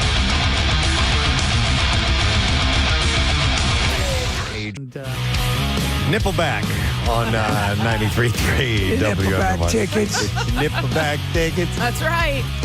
This is how you remind me. It is 19 minutes after 10 o'clock. Today is Thursday. Preston and Steve show. Letter today, word of the week. We'll get the letter that you need to win that prize, which will be given away tomorrow in a little bit. But we have some other things to do. We already did our final look at traffic, right? Yes, we did. All right, so today... or at this time, I should say, we're going to do our lesson question. We are going to give away 4-pack of tickets for the Monster Energy AMA Supercross Saturday, April 27th at the Link. And the question that we will go with, the Menti bot was unveiled this week. And coincidentally, Larry Menti was recently tweeting about AI. What robot was inspired by Glenn Hurricane Schwartz? 215-263-WMMR is the number. 2 possible answers here for this. What robot was inspired by Glenn Hurricane Schwartz? He retired, right? Yes. 215-263-WMMR. Call now. The trash business is a gold mine. 93.3 WMMR with Preston and Steve's Hollywood Trash. Brought to you by Mini Melts of America. Breaking ice cream news. Get Mini Melts ice cream delivered right to your door on the Wawa app. And you're just a few clicks away for enjoying your favorite Mini Melts flavor. Download the Wawa app today. What's up this morning, Steve? Well, Brian Cox attacking Joaquin Phoenix and his portrayal as Napoleon, calling it, quote, downright awful. Cox also blames Ridley Scott's decision to depict young Napoleon as the center on his high school basketball team. Hey! Doesn't make any sense. Rapper Tekashi 69's Palm Springs home was raided by federal IRS agents over rumored tax crimes. IRS agents reportedly had trouble figuring out Tekashi's returns as they are tattooed on his face. Oh my God. Very difficult. And finally, Sydney Sweeney responding to casting agent Carol Baum, calling her an inept actress and unattractive. Sweeney took the high road, offering to autograph the bag Baum's husband puts over her face. Oh, wow. Trash. All right, we'll see if you do indeed know the answer to this question. The Menti bot was unveiled this week, and coincidentally, Larry Menti was recently tweeting about AI. What robot was inspired by Glenn Hurricane Schwartz? And we will go to Juliana to see if we can get the answer. Hi there, Juliana. Hello. All right, Juliana, what robot was inspired by Glenn Hurricane Schwartz? It's Schwartzbot. Yeah, Schwartzbot. Pretty easy one. I want you to hang on, Juliana, because we have a 4-pack of tickets for the Monster Energy AMA Supercross. Saturday, April 27th, Lincoln Financial Field. You can experience the intense action of the world's most demanding sport live and in person. Visit supercrosslive.com for more information. So, I left my music news in the other room. Would you like us to vamp for a little bit? Yes, I'll be right back. Kathy, would you regale us with one of your favorite songs from Titanic? Every night in my dreams. Funny, he left his music news in the other room, and I left the sponsor for music news in the other room as well. It was meant to be. Yeah. So you can both help each other cover each other's mistakes. And I can continue to sing. And Kathy's regaling us with a concert at a tribute to Celine Dion. It's actually quite lovely. And ladies and gentlemen, Preston's back! Hey! Wow! And that's how it's done. That's how the pros leave the room and come back. You're too kind. All right, here we go. Now, Preston and Steve's Music News on 93.3 WMMR. Yeah. Brought to you by Rita's. Head to Rita's to try their brand new Oreo frozen coffee. Rita's, what? Yeah, takes their cold brew frozen coffee and blends it with delicious Oreo cookie pieces. That sounds sensational. It does. It's the perfect pick-me-up. Mel wants it too. You can be cool, eat a Rita's. So let me see. Where do I want to start? Yeah, let's begin. Excuse me. Let's begin with this. We played new Pearl Jam. Pierre debuted it yesterday. We played the song Wreckage today. It's a really good song. We just, I think we're all attracted to the aspect of it that it is a pretty song. It is a little bit more up, Yeah, not your stereotypical Pearl Jam song. So they introduced... Inspired by my encounter with a broadcaster in Philadelphia who was, I can only describe him as incandescent. It was Nick McElwain. Wow. Incandescent? Wow. Incandescent. That's a new one. Yeah. He was really moved by that meeting and just looking for the right time to compose a song to capture his feelings. So this is the head of their highly anticipated 12th studio album, Dark Matter, set to release tomorrow via Monkey Wrench Records and Republic Records. Stone Gossard reflected on the song's evolution, noting its lyricism, saying it's a really powerful lyric, and I think we did a really great job of taking something and really pushing it to its limit. I was reading the lyrics of Wreckage. Nick had pulled it up earlier, and it sounds like it's about survival. Survival? Even though it's got a lighter tone to it, it's talking about digging through the ashes. And does it mention the eye of the tiger? No, I did not see the eye of the tiger. I did see the one line that said the weather started getting rough, and then the tiny ship was tossed. Yeah, okay. Yeah, I didn't read all of it. Yeah, that's surviving. I didn't make it all the way through. You gotta understand, you had this disparate group of people on this island. People that normally would never associate you to a very wealthy couple. You had a movie star. So hang on. Yes. And by the way, Eddie, and I'm glad you brought that up. Why wouldn't those wealthy people be on a private... That tiny itty-bitty boat. Yeah. I get it. You know, I understand what you're saying, but you couldn't have this human drama played out that way without it representing the wealthy, the elites. Okay. And the movie star didn't have a team of people with her? Yeah. No. That's and the millionaires, the multi-millionaires, didn't have their own boat, and B, picked the cheapest one in the harbor. Dear God, the captain has food on his face. We digress. So they were eventually able to build transportation out of coconuts. Hey, Eddie, I have a question. Let it rip. Did you like it when the Globetrotter showed up? It was amazing. What about the mosquitoes? By the way, everyone who ended up on the island, all right, who left and didn't report them, are murderers. Yeah, wait a minute. The Globetrotters were never on the island. I'm thinking of Scooby-Doo. But I gave it to him. Thanks, man. What about the mosquitoes? The Mosquitoes were the rock band. They were the rock band. The Japanese soldier who thought World War II was still on. Yeah. There was the surfer. Wrong way Wainwright. I knew it. As well. What? They were on Gilligan's Island, too. Oh, that was in the movie. Yes, you're right, Nick. They just left them there to die? Oh, it was a movie. Yeah. Oh.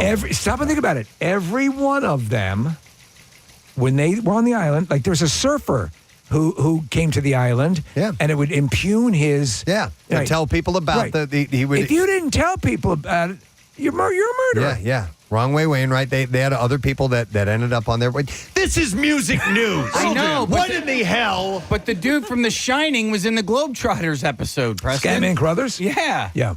He was in that episode? Yeah. Okay. Well, now you brought me back in. No, we're moving on. Dark Matter. This is a tribute to the Gilligan's Island. Marks the band's first album since 2020's acclaimed Gigaton, which sounds a little bit like Gilligan. Gilligan. Yeah. The next album's called The Scopper and Barry Land. It was recorded at Shangri-La Studios with producer Andrew Watt at the helm. What? To celebrate Pearl Andrew. What? To celebrate, Pearl Jam is releasing a special edition of the album for Record Store Day and premiered it globally through a cinematic engagement. What's more, the album's release is a world tour.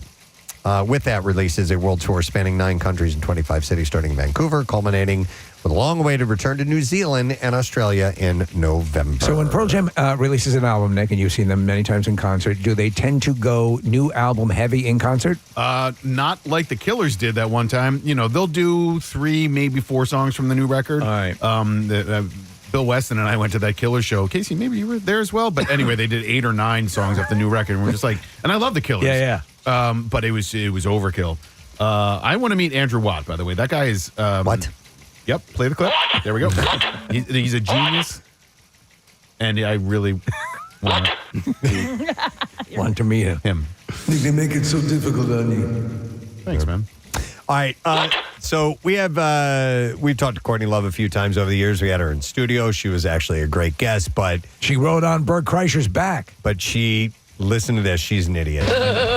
Courtney took shots at several fellow female musicians over the weekend, dissing the likes of Taylor Swift, Beyonce, and Lana Del Rey, and Madonna. So she said, and this is a quote, "Taylor is not important." Oh. She says she might be a safe space for girls, and she's probably the Madonna of now, but she's not interesting as an artist. Despite the invocation of Madonna to address Swift's success, Love didn't spare Madonna either. She said, "I don't like her, and she doesn't like me." Elsewhere in the interview, I want to fight you. Love also noted that she dislikes Beyonce's new country hit Cowboy Carter, despite appreciating the album's symbolism being about black women going into spaces where previously only white women had been allowed. I want to fight you. As a concept, she said, "I love it. I just don't like her music." Now, that I can understand. Well, that's the way you could approach it all. I mean, Right. If you're not a fan of Taylor Swift's music, that's fine. But Yeah. to say she's not important is kind of ridiculous. That's just a ignorant thing to say. Yeah, you're absolutely entitled to have your own opinion. Taylor's got a new album coming out tomorrow. She went on to say that she dislikes Lana Del Rey. I like Lana Del Rey. I like it that. She said, "I think she should really take 7 years off." She said, noting that she hasn't enjoyed Lana's music since she covered a John Denver song. She said, "Up until Take Me Home Country Roads, I thought she was great. When I was recording my new album, I had to stop listening to her as she was influencing me too much." I don't see that influence. Love attributed many other criticisms to what she views as female musicians converging in style. She said, "It's great that there are so many successful women in the music industry, but lots of them are becoming a cliche. Now, every successful woman is cloned, so there is just too much music. They're all the same. If you play something on Spotify, you get bombarded with a lot of stuff that's exactly the same." So she's on a bit of a screed. She was complaining, and the thing she kept going back to was why a wealthy couple would not charter their own yacht. And I think that's a universal issue that we all are concerned with. What was the context for this conversation? I don't know. I don't know what the interview She was asked, "Excuse me, is this where the dentist?" I'm just trying to find the dentist, man. They probably asked her about female musicians in the industry today, so I'm not really sure. The other day, I don't know why I was thinking of her, but I was like, is she still alive? Like, I had to look it up I couldn't remember. I don't think you can pay an artist a bigger compliment. I Are they did. still alive? I was like, wow, no, wait, she is. Still alive and still being Courtney. So, all right, that's it in music news. We'll take a break. We'll come back in a second. We will wrap up the program. Make sure you're with us because we'll get that letter for the Word of the Week prize, which you give away tomorrow. Stay put. 3 WMMR. Everything that rocks. 3 very talented Mexican young ladies. They call themselves The Warning. They're playing the MMRBQ. That song is called Sick. Sick. We got to have Cowper on stage. Ladies and gentlemen, young ladies really impressed us with their song. I hope you're all wearing your smocks in the front row. Title is Sick. They're going to be playing MMRBQ. Very much looking forward to seeing them amongst the other bands. The Offspring, man. I know that Marissa's really excited about There that. is a huge Offspring contingent that are just so jazzed they're playing this. And Hailstorm and Nothing More. And we always have a nice female representation of rock when we do the MMRBQ, and I love that. POD, Silvertide, Sleep Theory, MMR's Local Shots Artist, Jersey Calling, and of course, Preston and Steve Show Side Stage, live band karaoke, DJ from DJ set from Jackie Bam Bam. I'll be doing face painting. Face painting from Steve Morrison. But like you said, I'll be using house paint. Okay. Yeah. Acrylic. Yeah, or no, with a I'm roll-on sorry. brush. Yeah, that's perfect. All right, I would like to thank our one and only guest. Actually, we had 2 guests this morning. Marcus in the Darkness.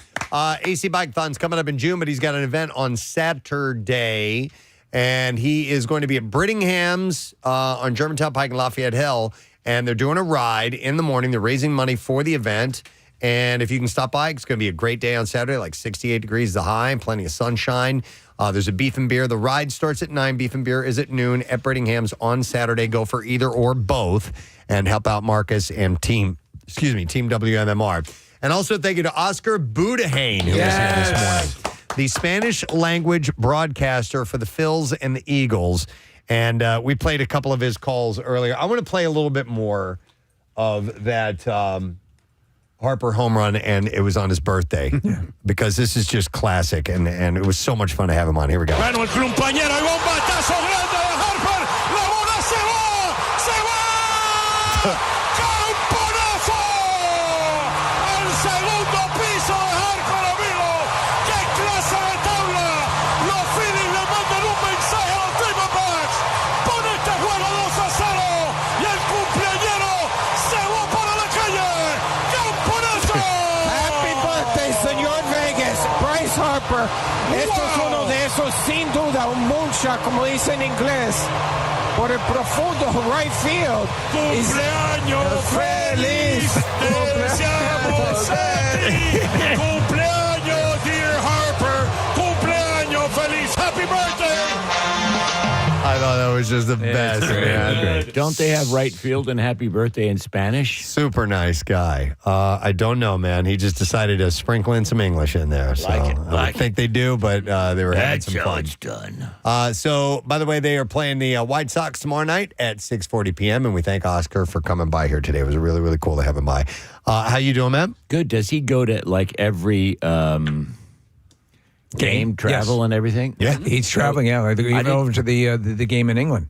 Okay, I didn't know they had a full-time Spanish or announcer who announces in Spanish as well, because they have a full-time English announcer. There used to be a guy named Ricky Ricardo, believe it or not, and Ricky's still works. He does the Eagles games. Ricky's a very deep-voiced Spanish-speaking gentleman and a really good broadcaster. And then Oscar took over a few years ago. But yeah, they do every game in I would Spanish. imagine every team in the league does. Yeah. Right. It'd be standard. It's such a large audience that's out there wanting to consume the game. You're probably familiar with Fred Mertz, who did some of the games as well. I knew him well. But I think there should be a well, I also my announcer was Gilligan. Is that right? And he operated on the SS Minnow, which was a really beautiful, beautiful place. It was a great station. SS Minnow? His producer was the captain. The skipper. And who are the others? The millionaire and his wife. A movie star, the professor, and Mary Ann here on Gilligan's Island. Well done. The rest. And, They modified that after they got pissed off. After their agents said, "Are you kidding me?" And the rest? Yeah, the rest is only 2 more people. Can you squeeze us in? Yeah, can you squeeze in the jerk professor? The last two were the Professor and Marianne, right? Right, the Professor and Marianne. And the Here rest. on Gilligan's Island. And that show frustrated the F out of me because It I didn't know seem it's, believable. no, it's not. I know it's a comedy. Yeah. But no castaways in the history of castaways ever had that many chances to get off that effing island. Well, Gilligan was, and their best bet would have been to euthanize Gilligan. Because that was the thing that kept falling. Now, I was watching, this actually just came up yesterday in Fun Facts, the particular craft that they were on, the minnow, traveled at about top speed of about 15 knots, 16 knots. Which is how many miles per hour? 17, 18 miles an hour, maybe. So let's say, then they talk about fuel capacity. The most it could have gone out would have been about 45 miles, which is decent, but still, the fact that they couldn't find them, it's not like they traveled halfway around the world. Well, that storm sent them adrift. That storm sent them adrift. You know what I liked? I liked how they addressed it in the movie Galaxy Quest. So there was an alien race that learned everything about Earth from watching television shows that they picked up. And at some point, one of the Earthlings, Sigourney Weaver says, "Well, this isn't Gilligan's Island." And the one alien goes, "Oh, those poor people." Do you remember, though, in I think it was the first or second made-for-TV movie that they did, they came back to the world, and they elected to go back to the island. I don't remember that part. The movies were pretty painful. Yeah. But I do remember that the SS Minnow, Sherwood Schwartz, the producer, named that after Newton Minnow, the head of the FCC, who had said in a speech the year before the show started to a group of television executives that they ought to get better shows because television had devolved into what he called a, quote, vast wasteland, end quote. Had no idea that was it. I just thought it was to reflect that it was a tiny vessel. That is great. That's a great bit of trivia. As an FU, Sherwood Schwartz, the producer, named the ship the SS Minnow and created an utterly useless television show that was, in fact, a vast wasteland. And yet, a huge hit. And a huge hit, and I watched every one of them. I loved it. I'll still watch it. I know. I can't watch it anymore. It's just like, no, don't do that. I mean, you do that in horror movies, but it's just, no, take the ride. Mm-hmm. Whatever. Sorry. All right, letter of the day, dude. Let's go. Here we go. Preston and Steve on 93.3 WMMR. Now, the Daily Letter. All right, the Preston and Steve Show is brought to you today by the letter D as in dog. All right, we are going to give away tomorrow a 4-pack front row tickets and pit party passes as MMR rocks Monster Jam, Saturday, May 4th, Lincoln Financial Field. Don't miss the all-out racing big air and backflips, an experience you won't forget. Monster Jam, as big as it gets, and you can see it at the link Saturday, May 4th. Tickets are available now via Ticketmaster, and you can listen to Brett Porsche because every day this week, a couple more left, he's going to have a chance for you to win tickets. What's up on the program today? And the idea that Eddie Vedder was connected with Gilligan's Island and the last album, not this album, Dark Matter, but Gilligan, Gigaton Gilligan, it's just amazing. Who else does this? Who else reports on stuff people need to know? Well, this is news you won't hear anywhere else. Not the for lack Preston of trying. and Steve Show. So on the program today, we'll celebrate Mark Tremonti's birthday of Creed and Alter Bridge fame, Block of the Who, Block of Greta Van Fleet, 2 opportunities for money at noon with our good money it, again at 3 with me and Brent, and 5 with Brent alone, and on we go. All right, I want to thank the sponsors of our show. The Galaxy Quest, by the way. What a great movie that was. That's a great movie. I love Sorry, interrupt. Brought to you by Dunkin'. The Preston and Steve Show runs on Dunkin'. Acme Markets, fresh foods, local flavors, and Monster Energy AMA Supercross. Intense action of the world's most demanding sport, live and in person, April 27th at Lincoln Financial Field. Visit supercrosslive.com for more information. So tomorrow on our show, filled with no sad broness because it's Friday, we're going to have Garrett Stubbs at the Philly Zone. Awesome. Which is great. We were supposed to speak to him at spring training. That didn't happen, so we will chat with him tomorrow morning. Comedian Troy Bond will be in our studio as well. Oh, and speaking of comedians, tomorrow morning on our show, we're going to have tickets to see Anthony Jeselnik. Yes. We'll have tickets to see Kevin Hart. Yes, he's going to be at the Met. At the Met to give away as well. Probably do those with the Connoisseur. Should probably do that, yes. Which is now Chuck's favorite part of the Preston and Steve show. He told me that the other day. It's the favorite thing in his life. In his life. Wow. So that's it. We're done. Rage on and have a great day. We'll see you tomorrow, friend. Bye-bye.